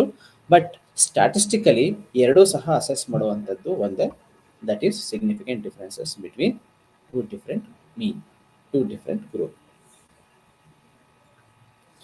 ಓಕೆ, ಸೊ ಇಷ್ಟು ಪ್ಯಾರಾಮೆಟ್ರಿಕ್ ಮತ್ತು ನಾನ್ ಪ್ಯಾರಾಮೆಟ್ರಿಕ್ ಟೆಸ್ಟುಗಳ ನಡುವೆ ಇರ್ತಕ್ಕಂತಹ ವ್ಯತ್ಯಾಸಗಳು. ಓಕೆ, ಈ ಒಮ್ಮೆ ನಾವು ಪ್ಯಾರಾಮೆಟ್ರಿಕ್ ನಾನ್ ಪ್ಯಾರಾಮೆಟ್ರಿಕ್ ಅಪ್ಲೈ ಮಾಡಬೇಕು ಅಂತ ನಾವು ಗಣನೆಗೆ ತೆಗೆದುಕೊಂಡ ನಂತರದಲ್ಲಿ, ಕಳೆದ 2 ತರಗತಿನಲ್ಲಿ ಟಿ ಟೆಸ್ಟ್ ಮತ್ತು ಕಾರ್ಲೇಷನ್ ಅನ್ನು ಮಾಡಿದ್ದೀವಿ. ಮೂರನೇದು ರಿಗ್ರೆಷನ್ ಅನಾಲಿಸಿಸ್. ಸೊ ಏನು ರಿಗ್ರೆಷನ್ ಅನಾಲಿಸಿಸ್ಸು, ಯಾವಾಗ ರಿಗ್ರೆಷನ್ ಅನಾಲಿಸಿಸ್ ಅನ್ನು ಯೂಸ್ ಮಾಡ್ತೀವಿ ಅನ್ನೋದನ್ನು ನಾವು ನೋಡ್ತಾ ಹೋಗೋಣ. ರಿಗ್ರೆಷನ್ ಅನಾಲಿಸಿಸ್ಸು ಫಾರ್ ಎಕ್ಸಾಂಪಲ್ ಹೇಳಬೇಕು ಅಂತ ಅಂದಾಗ, ಒಂದು ಡಿಪೆಂಡೆಂಟ್ ವೇರಿಯಬಲ್ ಇರುತ್ತೆ, ಅಂದರೆ ಯಾವುದೋ ಒಂದು ಅಂಶಗಳಿಂದ ಅದು ಡಿಟರ್ಮಿನ್ ಆಗ್ತಾ ಹೋಗುತ್ತೆ, 16 ವಿಷಯಗಳಿಂದ ಅದು ನಿರ್ಧಾರ ಆಗ್ತಾ ಹೋಗುತ್ತೆ. ಡಿಪೆಂಡ್, ಅದು ಯಾವುದ್ರ ಮೇಲೆ, ಒಂದು ಫ್ಯಾಕ್ಟರಿಂದ ಡಿಪೆಂಡ್ ಆಗಿರ್ಬೋದು, 2 ಫ್ಯಾಕ್ಟರ್ಸ್ ಮೇಲೆ ಡಿಪೆಂಡ್ ಆಗಿರಬಹುದು, ಹಾಗೆ ರೀತಿಯಾಗಿ 16 ಫ್ಯಾಕ್ಟರ್ಸ್ಗಳ ಮೇಲೆ ಡಿಪೆಂಡ್ ಆಗಿರೋದು. ಸಿಂಪಲ್ ಆಗಿ ಒಂದು ಎಕ್ಸಾಂಪಲ್ ಮುಖಾಂತರ ಹೇಳಬೇಕು ಅನ್ನೋದೇ ಆದರೆ, ಒಂದು ಅಕಾಡೆಮಿಕ್ ಸ್ಟ್ರೆಸ್. ಸೊ SSLC ಓದ್ತಾ ಇರ್ತಕ್ಕಂತಹ ಮಕ್ಕಳ ಒಂದು ಅಕಾಡೆಮಿಕ್ ಸ್ಟ್ರೆಸ್ಸು ಅಬೋವ್ ಅವರೇಜ್ ಇರುತ್ತೆ ಅಥವಾ ಹೈ ಲೆವೆಲಲ್ಲಿ ಇರುತ್ತೆ. ಕಾರಣಗಳು ಏನಪ್ಪ ಅಂತ ನಾವು ಹುಡುಕಿದ್ರೆ ಪಬ್ಲಿಕ್ ಎಕ್ಸಾಮ್ ಅನ್ನೋದು ಒಂದು ಕಾರಣನಾ? Yes, of course public exam ಅನ್ನೋದು ಒಂದು ಕಾರಣ. ಸೊ ಬೇರೆ ಟೆಸ್ಟ್ಗಳಾದರೆ ಎಕ್ಸಾಮ್ಸ್ ಆದರೆ ಅಂದರೆ 8th 9th ಅಂದರೆ 7th 6th ಇವೆಲ್ಲ ಯಾವ ಥರ ಅಂತ ಅಂದರೆ ಕ್ಲಾಸ್ ರೂಮಲ್ಲಿ ಆಗ್ತಕ್ಕಂತಹ ಅಂದರೆ ಪಬ್ಲಿಕ್ ಎಕ್ಸಾಮ್ ಆಗಿಲ್ಲದೆ ಇರ್ತಕ್ಕಂಥ. ಸೊ ಅವೆಲ್ಲ ಏನು ರಿಸಲ್ಟು ಆ ಶಾಲೆನಲ್ಲಿ ಇವ್ಯಾಲ್ಯೂಯೇಟ್ ಮಾಡ್ತಾರೆ. ಆ ಶಾಲೆನವರು ಮಾತ್ರ ಕ್ವಶನರನ್ನು ಪ್ರಿಪೇರ್ ಮಾಡಿರ್ತಾರೆ. ಸೊ ಅವರು ಇವ್ಯಾಲ್ಯೂಯೇಷನ್ ಮಾಡ್ತಾರೆ, ಒಂದು ರಿಸಲ್ಟನ್ನು ಅನೌನ್ಸ್ ಮಾಡ್ತಾರೆ. ಅಲ್ಲಿ ಪ್ರಿಪೇರ್ ಮಾಡಿರ್ತಕ್ಕಂಥ ಕ್ವಶನ್ಸ್ಗಳು ಒಂದು ಶಾಲೆಯಿಂದ ಮತ್ತೊಂದು ಶಾಲೆಗೆ ವೇರಿಯೇಷನ್ಸ್ ಆಗ್ತಾ ಹೋಗುತ್ತೆ. ಸೊ ಒಂದು ಶಾಲೆನವರು ತುಂಬ ಈಸಿಯಾಗಿರ್ತಕ್ಕಂಥ ಕ್ವಶನ್ಸ್ ಕೇಳ್ಬೋದು, ಮತ್ತೊಂದು ಶಾಲೆಯವರು ತುಂಬ ಟಫ್ ಇರ್ತಕ್ಕಂಥ ಕ್ವಶನ್ಸ್ಗಳನ್ನು ಕೇಳಬಹುದು. ಅಥವಾ ಅವರು ಇವ್ಯಾಲ್ಯೂಯೇಷನ್ ಮಾಡುವಂಥ ಪ್ರೊಸೆಸ್ ಯಾವ ರೀತಿ ಅಂದರೆ ಲಿಬ್ರಲ್ ಆಗಿ ಕೊಡ್ಬೋದು. ಸೊ ಇನ್ನೊಂದು ಶಾಲೆನವರು ವೆರಿ ಟಫ್ ಆಗಿ ಇವ್ಯಾಲ್ಯೂಯೇಷನ್ ಅನ್ನು ಮಾಡಬಹುದು. ಸೊ ಹೀಗೆ ಡಿಫ್ರೆನ್ಸಸ್ಗಳು ಇರುತ್ತೆ. ಓಕೆ, ಸೊ ಡಿಫ್ರೆನ್ಸಸ್ಗಳು ಇರುತ್ತೆ. ಯಾವುದು ಕ್ಲಾಸಲ್ಲಿ ಅಥವಾ ಶಾಲೆಯಲ್ಲಿ ಫಾರ್ ಎಕ್ಸಾಂಪಲ್ 1ರಿಂದ 9th ಸೊ ಈಗಿರ್ತಕ್ಕಂಥ ಸಿಸ್ಟಮಲ್ಲಿ ಯಾವ ರೀತಿಯಾಗಿ ಅಂತಾರೆ ಆಯಾ ಶಾಲೆಗಳು ಕ್ವಶನ್ ಪೇಪರನ್ನು ರೆಡಿ ಮಾಡ್ತವೆ, ಅವರೇ ಇವ್ಯಾಲ್ಯೂಯೇಷನ್ ಮಾಡ್ತಾರೆ, ಒಂದು ರಿಸಲ್ಟನ್ನು ಅನೌನ್ಸ್ ಮಾಡ್ತಾರೆ, ಅವರೇ ಪ್ರಮೋಟ್ ಮಾಡ್ತಾ ಹೋಗ್ತಾರೆ. SSLC ಪಬ್ಲಿಕ್ ಎಕ್ಸಾಮ್ ಅಂತ ಬಂದಾಗ ಆ ಥರ ಆಗಲ್ಲ. ಒಂದು board, so board question paper uniform ಆಗಿ ಸೆಟ್ ಮಾಡುತ್ತೆ. ಕರ್ನಾಟಕದಲ್ಲಿ ಇರ್ತಕ್ಕಂತಹ ಅಷ್ಟು ಜನ ಅಂದರೆ ಆ ಬೋರ್ಡ್ ಅಂಡರ್ ಬರ್ತಕ್ಕಂತಹ ಸೊ ಬೇರೆ ಬೇರೆ ಬೋರ್ಡ್ ಇದೆಯಲ್ಲ, ಸೆಂಟ್ರಲ್ ಬೋರ್ಡ್ ಇರುತ್ತೆ, ಅದು ಅವರು ಪ್ರಿಪೇರ್ ಮಾಡ್ತಾರೆ ಇಡೀ ಇಂಡಿಯಾಗೆ ಅಪ್ಲೈ ಆಗೋ ರೀತಿಯಾಗಿ. ಸ್ಟೇಟ್ ಅಂಡರಲ್ಲಿ ಬರ್ತಕ್ಕಂಥ ಬೋರ್ಡ್ ಅಂಡರಲ್ಲಿ ಬರ್ತಕ್ಕಂಥ ಎಲ್ಲ ಶಾಲೆಗೂ, ಅದು ಪ್ರೈವೇಟು ಗೌರ್ಮೆಂಟು ಎಲ್ಲ ಶಾಲೆಗೂ ಒಂದೇ ರೀತಿ ಅಂತ ಒಂದು ಯೂನಿಫಾರ್ಮ್ ಆಗಿರ್ತಕ್ಕಂಥ ಕ್ವಶನ್ ಪೇಪರ್. ಸೊ ಈ ಶಾಲೆನವ್ರಿಗೂ ಅದೇ ಕ್ವಶನ್ ಪೇಪರ್, ಬೇರೆ ಶಾಲೆನವ್ರಿಗೂ ಅದೇ ಕ್ವಶನ್ ಪೇಪರ್. ಗೌರ್ಮೆಂಟಲ್ಲಿ ಓದಿತ್ತು ಅಂತಂದ್ರು ಅದೇ ಕ್ವಶನ್ ಪೇಪರು, ಪ್ರೈವೇಟಲ್ಲಿ ಓದಿದ್ದಾರೆ ಅಂತ ಅಂದಾಗ, ಶಾಲೆನಲ್ಲಿ ಓದ್ತಾ ಇದ್ದಾರೆ ಅಂತ ಅಂದಾಗ ಅದೇ ಕ್ವಶನ್ ಪೇಪರ್. ಇವ್ಯಾಲ್ಯೂಯೇಷನ್ ಪ್ರೋಸೆಸ್ ಯಾವ ರೀತಿಯಾಗಿರುತ್ತೆ ಅಂತಾರೆ, ಸೊ ಎಲ್ಲದೂ ಸಹ ಒಂದು ಕಡೆ ಬರುತ್ತೆ. ಆನ್ಸರ್ ಸ್ಕ್ರಿಪ್ಟು ಒಂದೇ ಪ್ರೋಸೆಸ್ಸಲ್ಲಿ ಎಲ್ಲರದ್ದು ಸಹ ಇವ್ಯಾಲ್ಯೂಯೇಷನ್ ಆಗುತ್ತೆ. ದೆನ್ ಸ್ಕೂಲ್ ವೈಸು ಅನೌನ್ಸ್ ಆಗುತ್ತೆ ರಿಸಲ್ಟ್. ಸೊ ಇಷ್ಟು ಟಫ್ ಇರುತ್ತೆ ಪಬ್ಲಿಕ್ ಎಕ್ಸಾಮ್ ಅಂತ ಬಂದಾಗ. ಸೊ ಇದೊಂದು ಪ್ಯಾರಾಮೀಟರಿಂದ ಅವರ ಸ್ಟ್ರೆಸ್ ಜಾಸ್ತಿ ಆಗುತ್ತಾ, ರಿಸಲ್ಟು ಅಥವಾ ಟಫ್ ಆಗಬಹುದು ಅನ್ನೋ ಒಂದು ಕಾರಣಕ್ಕೆ ಸ್ಟ್ರೆಸ್ಸು ಅಥವಾ ಸ್ಟ್ರೆಸ್ಫುಲ್ಗೆ ಒಳಗಾಗುವಂತಹ ಒಂದು ಸಾಧ್ಯತೆ, ಪ್ರಾಬಬಿಲಿಟಿ ಜಾಸ್ತಿ ಆಗುತ್ತಾ, ಬೇರೆ ಇನ್ನೇನು ಕಾರಣ ಆಗುತ್ತೆ? ಸೊ 1 by 1 ನಾವು ನೋಡ್ತಾ ಹೋದರೆ, ಸೊ ಓಕೆ, ಈಗ 8th 9th ಕಂಪೇರ್ ಮಾಡಿದ್ರೆ 9th ಇರ್ತಕ್ಕಂತಹ ವಿದ್ಯಾರ್ಥಿಗಳ ಸ್ಟ್ರೆಸ್ ಲೆವೆಲ್ ಜಾಸ್ತಿ ಇರುತ್ತೆ, ಅಬೋವ್ ಅವರೇಜ್ ಅಥವಾ ಹೈ ಲೆವೆಲಲ್ಲಿ ಇರುತ್ತೆ. 8th 9th ಓದ್ತಾ ಇರ್ತಕ್ಕಂಥ ವಿದ್ಯಾರ್ಥಿಗಳ ಒಂದು ಸ್ಟ್ರೆಸ್ ಲೆವೆಲ್ಲು, ಆಂಗ್ಸೈಟಿ ಲೆವೆಲ್ಲು ಎಷ್ಟಪ್ಪ ಇರುತ್ತೆ ಅಂತಂದ್ರೆ ಒಂದು ಆವರೇಜು ಅಥವಾ ಬಿಲೋ ಅವರೇಜು ಈ ರೇಂಜಲ್ಲಿ ಇರುತ್ತೆ. ಕಾರಣಗಳೇನು? ಏನಕ್ಕೋಸ್ಕರ ಇವರಲ್ಲಿ ಅಬೋವ್ ಅವರೇಜು ಅಥವಾ ಏನೋ ಹೈ ಲೆವೆಲಲ್ಲಿ ಇರುತ್ತೆ? ಕಾರಣಗಳೇನು? ಸೊ 1 by 1 ನಾವು ನೋಡ್ತಾ ಹೋದರೆ ಸೊ ಒಂದು 10 ಕಾರಣಗಳನ್ನು ನಾವು ಪಟ್ಟಿ ಮಾಡ್ತಾ ಹೋಗ್ಬೋದು. ಫಾರ್ ಎಕ್ಸಾಂಪಲ್ ಹೇಳಬೇಕು ಅಂತಂದರೆ, ಸೊ ಆಗಲೇ ಹೇಳಿರೋ ರೀತಿಯಾಗಿ ಒಂದು ಪಬ್ಲಿಕ್ ಎಕ್ಸಾಮ್ ಅಂತಕ್ಕಂಥದ್ದೇ ಒಂದು ಸ್ಟ್ರೆಸ್ಸರ್. ಓಕೆ, ಯಾವ ರೀತಿಯಾದಂಥ ಕ್ವಶನ್ಸ್ ಬರುತ್ತೋ, ಯಾರು ಕ್ವಶನ್ ಪೇಪರ್ ಸೆಟ್ ಮಾಡ್ತಾರೋ, ಯಾವ ರೀತಿಯಾಗಿ ಅದು ವ್ಯಾಲ್ಯೂಯೇಷನ್ ಆಗುತ್ತೋ, ಯಾವ ರೀತಿಯಾಗಿ ನಮ್ಮ ಉತ್ತರಗಳನ್ನು ಅವರು ನೋಡ್ತಾರೋ. ಏಕೆಂತಂದರೆ ತರಗತಿಯ ಒಂದು ಎಕ್ಸಾಮ್ ಆದರೆ, ಆ ಶಾಲೆ ಎಕ್ಸಾಮ್ ಆಯಿತು ಅಂತಂದರೆ, ಸೊ ಯಾರು ವ್ಯಾಲ್ಯೂಯೇಷನ್ ಮಾಡ್ತಾರೆ ಗೊತ್ತಿರುತ್ತೆ. ಸಬ್ಜೆಕ್ಟನ್ನು ತೆಗೆದುಕೊಂಡವ್ರು ಒಬ್ಬರು ಅಥವಾ ಇಬ್ಬರು ಇರ್ತಾರೆ, ಸೊ ಅವರೇ ಮಾಡ್ತಾರೆ. ಸೊ ಅವ್ರು ಯಾವ ರೀತಿ ಇರ್ತಾರೆ ಅಂತ ಗೊತ್ತು, ಅವ್ರು ಯಾವ ರೀತಿ ವ್ಯಾಲ್ಯೂಯೇಷನ್ ಮಾಡ್ತಾರೆ ಅಂತ ಗೊತ್ತು, ಅದ್ರ ಪ್ರಕಾರ ಮಾಡ್ತಾರೆ, ಎಕ್ಸ್ಪೆಕ್ಟೆಡ್ ರಿಸಲ್ಟ್ ಬರ್ಬೋದು.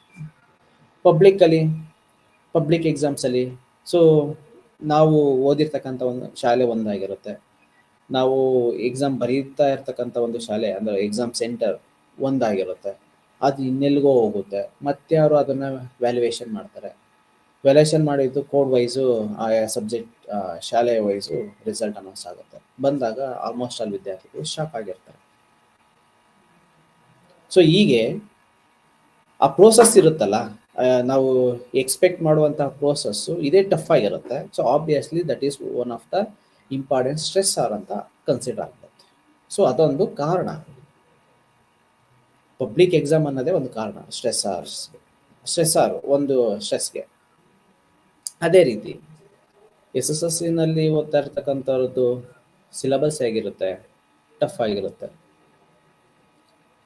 ನೀವು SSLCನವರು ನೀವು ಚೆನ್ನಾಗಿ ಓದಬೇಕು, ನಮ್ಮ ಶಾಲೆ ಹೆಚ್ಚು ಹೆಸರು ಮಾಡಬೇಕು, 100% ಅಥವಾ 100% ರಿಸಲ್ಟ್ ಬರಬೇಕು ಅಂತ ಟೀಚರ್ಸ್ಗಳು ಪ್ರೆಷರ್ ಆಗ್ತಾರೆ.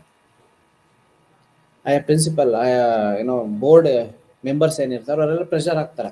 ಸೊ ನೀವು ಫೇಲ್ ಆಗೋಂಗೆ ಇಲ್ಲ, ರೆಗ್ಯುಲರ್ ಆಗಿ ಬರಬೇಕು. ಸೊ ಅದೊಂದು pressure, that is also one of the stressors. ಆ ಪ್ರೆಷರ್ ಇರುತ್ತಲ್ಲ, ಫ್ಯಾಮಿಲಿ ಮೆಂಬರ್ಸ್. ಸೊ ನೀನು ಇವಾಗ SSLCನಲ್ಲಿ ಇದೆಯಾ, it is a turning point. Turning point ಅಂತಂದರೆ ಬೆಳಗ್ಗೆಯಿಂದ ಸಂಜೆವರೆಗೂ ನಿಂದೇನು ಬೇರೆ ಕೆಲಸ ಇಲ್ಲ, ಓದೋದೇ ಕೆಲಸ. ಸೊ ನೀನು ಬೇರೆ ಅಥವಾ ಒಂದು ಉತ್ತಮವಾದ ಶಾಲೆಗೆ ಹೋಗಬೇಕು ಅಂತಂದರೆ ನೀನು ಇದರಲ್ಲಿ ಡಿಸ್ಟಿಂಕ್ಷನ್ ಬರಬೇಕು, ಅಥವಾ ಎಬೋವ್ 90+ ಸ್ಕೋರನ್ನು ನೀನು ಮಾಡಬೇಕು. ನೀನು ಯಾವಾಗ 90+ ಸ್ಕೋರನ್ನು ಮಾಡ್ತೀಯ, ಸೊ ಆವಾಗಲೇ ನಿನಗೆ ಸ್ಟ್ಯಾಂಡರ್ಡ್ ಆಗಿರ್ತಕ್ಕಂಥ ಕಾಲೇಜ್ಗಳಲ್ಲಿ ಸೀಟ್ ಸಿಗೋದು. ಸೊ ಅದೊಂದು ಪ್ರೆಷರ್. ಇಲ್ಲ ಹೆಚ್ಚಿಗೆದಾಗಿ ಡೊನೇಷನ್ ಕೇಳ್ತಾರೆ, ನೀನೇನಾದರೂ ಕಡಿಮೆ ಪರ್ಸೆಂಟೇಜನ್ನು ತೆಗೆದುಕೊಂಡ್ರೆ ನಾವು ಅದನ್ನು ಬೇರ್ ಮಾಡಲಿಕ್ಕೆ ಆಗೋದಿಲ್ಲ. ಓಕೆ, ನೀನು ಯೋಚನೆ ಮಾಡು, ನೀನು ಒಳ್ಳೆ ಸ್ಟ್ಯಾಂಡರ್ಡ್ ಆಗಿರ್ತಕ್ಕಂಥ ಒಂದು ಕಾಲೇಜಲ್ಲಿ ಅಡ್ಮಿಷನ್ ತೆಗೆದುಕೋಬೇಕು ಅಂತಂದರೆ ಇಷ್ಟು ಪರ್ಸೆಂಟೇಜನ್ನು. ಸೊ ಅದೊಂದು ಸ್ಟ್ರೆಸ್. ಓಕೆ, ಪ್ರಾಕ್ಟಿಕಲ್ ಆಗಿ ನಾವು ಒನ್ ಬೈ ಒನ್ ನೋಡ್ತಾ ಹೋದಾಗ, ಅನಲೈಸ್ ಮಾಡ್ತಾ ಹೋದಾಗ, ಸೊ ಓಕೆ ನನಗೆ ಇದೊಂದು ಪಾಯಿಂಟ್ ಆಫ್ ವ್ಯೂನಲ್ಲಿ ನಾವು ಯೋಚನೆ ಮಾಡಿದಾಗ ಸ್ಟ್ರೆಸ್ಸರ್ ಅಂತ ಅನ್ನಿಸ್ಬೋದು. ಬೇರೆಯವ್ರಿಗೆ ಇದು ಸ್ಟ್ರೆಸ್ಸರ್ ಅಲ್ಲ, ದುಡ್ಡಿಗೋಸ್ಕರ ಅಲ್ಲ. ಓಕೆ, ನಮ್ಮ ಮನೆಯಲ್ಲಿ ಹೆಂಗಿದ್ರು ಕೊಡ್ತಾರೆ, ನಾನು ಓದೋದು ಅದೇ ಸ್ಕೂಲಲ್ಲಿ, ನನಗೆ ಗೊತ್ತು ಕನ್ಫರ್ಮ್ ಆಗಿ. ಕಡಿಮೆ ಸ್ಕೋರ್ ಬಂದಿತ್ತು ಅಂತಂದ್ರೂ ಅದೇ ಶಾಲೆ, ಹೆಚ್ಚಿಗೆ ಸ್ಕೋರ್ ಬಂದಿದೆ ಅಂತಂದ್ರೂ ಅದೇ ಶಾಲೆ, ಕಾಲೇಜು. ನಾನು ಹೆಂಗೆ ಜಾಸ್ತಿ ತೆಗೆದುಕೋಬೇಕು ಆ ಒಂದು ಕಾರಣಕ್ಕೆ. ಸೊ ಇಲ್ಲಿ ಒಬ್ಬರಿಗೆ ಒಂದು ಫ್ಯಾಕ್ಟರು ಸ್ಟ್ರೆಸ್ಸರ್ಸ್ ಆದರೆ ಮತ್ತೊಬ್ಬರಿಗೆ ಅದೇ ಫ್ಯಾಕ್ಟರು ಸ್ಟ್ರೆಸ್ಸರ್ಸ್ ಅಲ್ದೇ ಇರ್ಬೋದು. ಓಕೆ, ಸೊ ಯಾರು ಆ ಕಾಲೇಜಿನ ಫೀಸನ್ನು ಬೇರ್ ಮಾಡೋಕ್ಕೆ ಶಕ್ತಿ ಇರ್ತಾರೆ, ಸೊ ಅವ್ರಿಗೆ ಅದು ಸ್ಟ್ರೆಸ್ಸರ್ಸೇ ಅಲ್ಲ. ಯಾರಿಗೆ ಆ ಕಾಲೇಜಿನ ಫೀಸನ್ನು ಬೇರ್ ಮಾಡಲಿಕ್ಕೆ ಶಕ್ತಿ ಇರೋದಿಲ್ಲ, ಫ್ರೀ ಸೀಟಲ್ಲಿ ಹೋಗ್ಲಿಕ್ಕೆ ಯೋಚನೆ ಮಾಡ್ತಾ ಇರ್ತಾರೆ. ಓಕೆ, ನಾರ್ಮಲ್ ಕೋಟಾದಲ್ಲಿ ಹೋಗ್ಲಿಕ್ಕೆ, ಗೌರ್ಮೆಂಟ್ ಕೋಟಾದಲ್ಲಿ ಹೋಗ್ಲಿಕ್ಕೆ ಯಾರು ಟ್ರೈ ಮಾಡ್ತಾ ಇರ್ತಾರೆ, ಸೊ ಅವ್ರಿಗೆ ಸ್ವಲ್ಪ ಪ್ರೆಷರ್ ಆಗುತ್ತೆ, ಹೆಚ್ಚದಾಗಿ ನಾವು ಓದಬೇಕು, ಸೊ ಆ ಶಾಲೆಗೆ ಹೋಗ್ಬೇಕು. ಶಾಲೆಗೆ ಹೋಗ್ಬೇಕು ಅಂತಂದರೆ 90+ ಎಕ್ಸ್ಪೆಕ್ಟ್ ಮಾಡ್ತಾರೆ ಕಟ್ ಆಫ್ ಸ್ಕೋರ್ ಅಂತ ಬಂದಾಗ. ಸೊ ಹೀಗೆ ಬೇರೆ ಬೇರೆ ಪ್ಯಾರಾಮೀಟರ್ಸ್ಗಳು ನಿಂತ್ಕೊಳ್ತಾ ಹೋಗುತ್ತೆ. ಆ ಪ್ಯಾರಾಮೀಟರ್ಸ್ಗಳು ಒನ್ ಆಫ್ ದ ಲೀಡಿಂಗ್ ಫ್ಯಾಕ್ಟರ್ಸ್ಗಳು ಆಗ್ತಾ ಹೋಗುತ್ತೆ, ಅಥವಾ ಸ್ಟ್ರೆಸ್ಸರ್ಸ್ಗಳಾಗಿ ಮಾರ್ಪಡ್ತಾ ಹೋಗುತ್ತೆ. ಸೊ ಅದೇ ಥರ ಫೈನಾನ್ಸ್ ಕಂಡೀಷನ್ಸು. ಯಾವುದಕ್ಕೆ? ಈ SSLC ಟ್ಯೂಷನ್ಗೆ ಹೋಗಬೇಕು, ಏಕೆಂತಂದರೆ ಮೆಟೀರಿಯಲ್ ಟಫ್ ಇದೆ, ಮೆಟೀರಿಯಲ್ ಜಾಸ್ತಿ ಇದೆ, ಓದುವಂತಹ ಅಥವಾ ಅರ್ಥ ಮಾಡಿಸೋವಂಥವ್ರು ನಮ್ಮಲ್ಲಿ ಯಾರೂ ಇಲ್ಲ, ನಮ್ಮ ನೈಬರ್ಸ್ ಯಾರೂ ಇಲ್ಲ, ಫ್ಯಾಮಿಲಿ ಮೆಂಬರ್ಸ್ ಇಲ್ಲ. ಸೊ ಅದಕ್ಕೆ ನನಗೆ ಯಾರು ಡೌಟ್ ಬಂತು ಅಂತಾರೆ ಏನು, ಸೊ ಹಾಗಾಗಿ ನಾನು ಟ್ಯೂಷನ್ಗೆ ಹೋಗಬೇಕು. ಟ್ಯೂಷನಲ್ಲಿ ಕೆಲವೊಂದು ಇನ್ಪುಟ್ಸ್ಗಳನ್ನು ಕೊಡ್ತಾರೆ, ಕೆಲವೊಂದು ಪ್ರಾಬಬಲ್ ಆನ್ಸರ್ಸ್ಗಳನ್ನು ಕೊಡ್ತಾರೆ, ನಮ್ಮ ಕಲಿಕೆಗೆ ಸ್ವಲ್ಪ ಸಹಾಯ ಮಾಡ್ತಾರೆ. ಸೊ ನಮ್ಮ ಮನೆ ಕಂಡೀಷನ್ಸ್ ಅದಕ್ಕೆ ಸೂಟಬಲ್ ಇಲ್ಲ, ಸಪೋರ್ಟ್ ಮಾಡ್ತಾ ಇಲ್ಲ. ಸೊ ಆ ಮೂಮೆಂಟಲ್ಲಿ ಏನಾಗುತ್ತೆ, so that is also one of the stressor. ಕೆಲವರಿಗೆ ಡಸಂಟ್ ಮ್ಯಾಟರ್, ನಾನು ಹೋಗೋದೇ ಟ್ಯೂಷನ್ಗೆ ಹೋಗ್ತೀನಿ ನಾನು ಸಾಮಾನ್ಯವಾಗಿ, ಯಾಕೆಂದರೆ ಮೊದಲಿಂದನೂ ಹೋಗ್ಕೊಳ್ತಾ ಬಂದಿದ್ದೀನಿ. ಸೊ ಹೇಗೆ ಒಬ್ಬರಿಗೆ ಒಂದು ಫ್ಯಾಕ್ಟರು ಸ್ಟ್ರೆಸ್ಸರ್ ಆಗುತ್ತೆ, ಹೇಗೆ ಮತ್ತೊಬ್ಬರಿಗೆ ಅಥವಾ ಕೆಲವರಿಗೆ ಅದು ಫ್ಯಾಕ್ಟರು ಸ್ಟ್ರೆಸ್ಸರ್ಸ್ ಆಗೋದಿಲ್ಲ. ಕೆಲವರಿಗೆ ಬರೆಯೋ ಸ್ಪೀಡ್ ಇರ್ಬೋದು. ಎಕ್ಸಾಮ್ಸ್ ಅಂತ ಅಂದಾಗ ಈ 3 ಅವರ್ಸಲ್ಲಿ ನೀನು 100 ಮಾರ್ಕ್ಸ್ಗೆ ನೀನು ಕಂಪ್ಲೀಟಾಗಿ ಆನ್ಸರನ್ನು ಮಾಡಬೇಕು. ನನ್ನ ಹ್ಯಾಂಡ್ ರೈಟಿಂಗು ತುಂಬ ಸ್ಲೋ, ಎಲ್ಲದಕ್ಕೂ ಆನ್ಸರ್ ಮಾಡಲಿಕ್ಕೆ ಆಗುತ್ತೋ ಆಗಲ್ವೋ ಅದೊಂದು ಭಯ. ಶಾಲೆ ಎಕ್ಸಾಮ್ಸ್ ಆಯಿತು ಅಂತಂದರೆ ಒಂದು 5 ನಿಮಿಷ ಹೆಚ್ಚಿಗೆ ನಮ್ಮದೇ ಶಾಲೆಯ ಶಿಕ್ಷಕರು ಒಂದು ರಿಕ್ವೆಸ್ಟ್ ಮಾಡಿಕೊಂಡ್ರೆ ಒಂದು 5 ನಿಮಿಷ 10 ನಿಮಿಷ ಎಕ್ಸ್ಟ್ರಾ ಟೈಮನ್ನು ಕೊಡ್ತಾರೆ, ಅಥವಾ ಬೇಗ ಸ್ಟಾರ್ಟ್ ಮಾಡ್ತಾರೆ. ಅಥವಾ ಸೊ ಇದರದ್ದು ನನ್ನ ಪ್ರಾಬ್ಲಮ್ ಇದೆ, ಒಂದು ಸ್ವಲ್ಪ 1 ಅಥವಾ 2 ಗ್ರೇಸ್ ಮಾರ್ಕ್ಸ್ ಕೊಡಿ ಅಂತಾರೆ, ಅವರು ಕನ್ಸಿಡರ್ ಮಾಡ್ಕೊಳ್ತಾರೆ. ಆದರೆ ಪಬ್ಲಿಕ್ ಎಕ್ಸಾಮ್ಸಲ್ಲಿ ಯಾರು ವ್ಯಾಲ್ಯೂಯೇಷನ್ ಮಾಡ್ತಾರೆ ಅನ್ನೋದೇ ಗೊತ್ತಿಲ್ಲ. ಸೊ ಅದೆಲ್ಲ ಯೂನಿಫಾರ್ಮ್ ಆಗಿ ಆಗುತ್ತೆ. ಕ್ವಶನ್ ಕೊಡುವಂಥದ್ದು ಯೂನಿಫಾರ್ಮ್ ಆಗಿ, ಬೇಗ ಕೊಡಲಿಕ್ಕೆ ಸಾಧ್ಯ ಇಲ್ಲ. ಆನ್ಸರ್ ಸ್ಕ್ರಿಪ್ಟನ್ನು ಇಸ್ಕೊಳ್ಳುವಂಥದ್ದು ಸೇಮ್ ಟೈಮು. ಸೊ ಅದರಲ್ಲಿ ಏನೋ ಒಂದು ಮರ್ಸಿ ಅಥವಾ ಒಂದು ಲಿಬ್ರಲ್ಲು, ಸೊ ಯಾವುದು ಆಪ್ಷನ್ಸು ಸಿಗೋದಿಲ್ಲ. ಕಮ್ಯೂಟ್ ಮಾಡಬೇಕು. ಸೊ ನಮ್ದು ಯಾವುದೋ ಒಂದು ಪ್ಲೇಸು ಎಕ್ಸಾಮ್ ಸೆಂಟ್ರ್ ಇನ್ನೆಲ್ಲೋ ಇರುತ್ತೆ. ಸೊ ಅಲ್ಲಿ ನಮ್ಮ ಮನೆಯಲ್ಲಿ ನಮ್ಮ ಸಿಂಗಲ್ ಫ್ಯಾಮಿಲಿ, ಸೊ ಒಂದು 50 ಕಿಲೋಮೀಟ್ರ್ ಹೋಗಬೇಕು. ಸೊ ಯಾರು ಬಿಡ್ತಾರೆ? ಕಮ್ಯುನಿಟಿಂಗ್ ಫೆಸಿಲಿಟೀಸ್ ಇಲ್ಲ, ಇನ್ಯಾರನ್ನೂ ಆಶ್ರಯ ಪಡಿಬೇಕು. ಓಕೆ, ಕೆಲವರು ಏನಿಲ್ಲ, ಸೊ ನಮ್ಮ ಸೆಂಟ್ರ್ ಇದೆ, walkable distance. C the differences between, so ಯಾರು ದೂರ ಹೋಗಿ ಎಕ್ಸಾಮ್ಸ್ ಬರೀಬೇಕು with difficulties, with challenging, so ಯಾರಿಗೆ ಈಸಿ ಅಂತ ಅನ್ಸುತ್ತೆ ಅವಾಗ ಕಮ್ಯೂಟ್ ಮಾಡೋದು. ಸೊ ಅಲ್ಲಿ ಈತನಿಗೆ ಕೊನೆ ಅರ್ಧ ಗಂಟೆ ಬೇಕು ರೀಚ್ ಆಗೋಕ್ಕೆ, ಅಥವಾ 1 ಅವರ್ ಬೇಕು ರೀಚ್ ಆಗೋದಕ್ಕೆ ಅಂತಾರೆ. ಆ 1 ಅವರ್ ಅವನಿಗೆ ವೇಸ್ಟ್. ಇಲ್ಲ ಸಲ್ಲದ ಆಲೋಚನೆಗಳು ಬೇರೆ, ಸರಿಯಾದ ಸಮಯಕ್ಕೆ ತಲುಪ್ತೀನೋ ಇಲ್ವೋ ಅಂತ ಯೋಚನೆಗಳು ಬೇರೆ. ಸೆಂಟರ್ ಪಕ್ಕದಲ್ಲಿ ಇರ್ತಕ್ಕಂಥ ವಿದ್ಯಾರ್ಥಿಗೆ ಆ 1 ಅವರ್ ಅವನಿಗೆ ಎಕ್ಸ್ಟ್ರಾ ಟೈಮ್ ಸಿಗುತ್ತೆ, ಯಾವುದೇ ಟೆನ್ಷನ್ ಇಲ್ಲದೆ 1 ಅವರಲ್ಲಿ ಹೆಚ್ಚಿಗೆ ಓದ್ತಾ ಹೋಗ್ತಾನೆ. ಸೊ ಹೀಗೆ ಬೇರೆ ಬೇರೆ ಫ್ಯಾಕ್ಟರ್ಸ್ಗಳು ಬೇರೆ ಬೇರೆಯಾಗಿ ಕಾಂಟ್ರಿಬ್ಯೂಟ್ ಮಾಡ್ತಾ ಹೋಗುತ್ತೆ ಅಕಾಡೆಮಿಕ್ ಸ್ಟ್ರೆಸ್. ಓಕೆ, ಸೊ ಒಬ್ಬ ವ್ಯಕ್ತಿಗೆ ಒಂದು ಫ್ಯಾಕ್ಟರು ಸ್ಟ್ರೆಸ್ಫುಲ್ ಫ್ಯಾಕ್ಟರ್ ಆದರೆ, ಸ್ಟ್ರೆಸಸ್ ಆದರೆ, ಮತ್ತೊಬ್ಬ ವ್ಯಕ್ತಿಗೆ ಅದು ಬೇರೆ ಥರದ್ದಾಗಿರುತ್ತೆ. ನಾವು ಅದನ್ನು ಈಕ್ವಲ್ ಆಗಿ ಅದನ್ನು ಜನರಲೈಸೇಷನ್ ಮಾಡಲಿಕ್ಕೆ ಆಗೋದಿಲ್ಲ. ಹಾಗೆ ಆದರೆ ಒಂದಷ್ಟು ಫ್ಯಾಕ್ಟರ್ಸ್ಗಳನ್ನು ನಾವು ಲಿಸ್ಟ್ ಔಟ್ ಮಾಡ್ಬೋದು, ಒಂದಷ್ಟು ಫ್ಯಾಕ್ಟರ್ಸ್. ಸೊ ಇದೇ ಥರದ್ದು ಪಾಠ ಆಗಿಲ್ಲ, ಸಿಲೆಬಸ್ ಕಂಪ್ಲೀಟಾಗಿ 100% ಕಂಪ್ಲೀಟಾಗಿ ಆಗಿಲ್ಲ, ಅಥವಾ ಒಂದೊಂದು ಪಾಠ 2 ಸಲ 3 ಸಲ ಆಗಿರುತ್ತೆ. ಕೆಲವೊಂದು ಶಾಲೆಗಳಲ್ಲಿ ರಿಪೀಟ್ ಮಾಡಿರ್ತಾರೆ, 4 to 5 ಟೈಮ್ಸ್ ಮಾಡಿರ್ತಾರೆ. ಕೆಲವೊಂದು ಶಾಲೆಯಲ್ಲಿ 1 ಟೈಮ್ ಮಾಡಿರ್ತಾರೆ, ಇನ್ನೊಂದು ಶಾಲೆಯಲ್ಲಿ ನೋ ರಿಪಿಟೇಷನ್ನು. ಒಂದ್ಸಲ ಏನು ಮಾಡಬೇಕು ಅಂದರೆ ನಾರ್ಮಲ್ ಆಗಿ ಏನು ಮಾಡಬೇಕು ಅದನ್ನು ಮಾಡಿರ್ತಾರೆ. ಮತ್ತೊಂದು ಶಾಲೆಯಲ್ಲಿ ಸೊ ಇವನು 80%, 70% ಆಫ್ ಮೆಟೀರಿಯಲ್ ಮಾತ್ರ ಕವರ್ ಮಾಡಿದ್ದಾರೆ. ಸೊ ಈ ಥರದ್ದೆಲ್ಲ ಬೇರೆ ಬೇರೆ ಕಂಪ್ಲೇಂಟ್ಸ್ಗಳು. ಸೊ ಅವ್ರಿಗೆ 4 ಸಲ ರಿಪಿಟೇಷನ್ ಮಾಡಿದ್ದಾರೆ, ರಿಸಿಟೇಷನ್ ಮಾಡಿಸಿದ್ದಾರೆ. ಓಕೆ, ಸೊ ಹೋಮ್ವರ್ಕ್ ಮಾಡಿಸಿದ್ದಾರೆ, ಎಕ್ಸ್ಪೆಕ್ಟೆಡ್ ಕ್ವಶನ್ಸ್ಗಳನ್ನು ಕೊಟ್ಟಿದ್ದಾರೆ, ಅದನ್ನೆಲ್ಲ ಸಾಲ್ವ್ ಮಾಡಿಸಿದ್ದಾರೆ. ಸೊ ಈ ಥರದ್ದೆಲ್ಲ ಫೆಸಿಲಿಟೀಸ್ ಒಂದು ಶಾಲೆ ಆದರೆ, ಏನೂ ಮಾಡಿಸಿಲ್ಲ, ಸಿಲೆಬಸ್ ಕವರ್ ಆಗಿಲ್ಲ, 100% ಆಗಿಲ್ಲ. ಸೊ ಈ ಥರದ್ದೆಲ್ಲ ಮತ್ತೊಂದು ಕಡೆ. ಸೊ ಹೀಗೆ ನಾವು ಸ್ಟ್ರೆಸಸನ್ನು ನಾವು ಹುಡುಕ್ತಾ ಹೋದರೆ, ಒಂದು ಸ್ಟ್ರೆಸ್ಗೆ ಹಲವಾರು ಸ್ಟ್ರೆಸಸ್ಗಳನ್ನು ನಾವು ಹುಡುಕ್ತಾ ಹೋಗ್ಬೋದು. ಸೊ ಇಲ್ಲಿಗೆ ಅದನ್ನು ಕಂಪ್ಲೀಟ್ ನೆಕ್ಸ್ಟ್ ತರಗತಿಯಲ್ಲಿ ಮಾಡೋಣ. ಇಲ್ಲಿಗೆ ಸಮಯ ಮುಗಿದಿದೆ. ನಮಸ್ಕಾರ.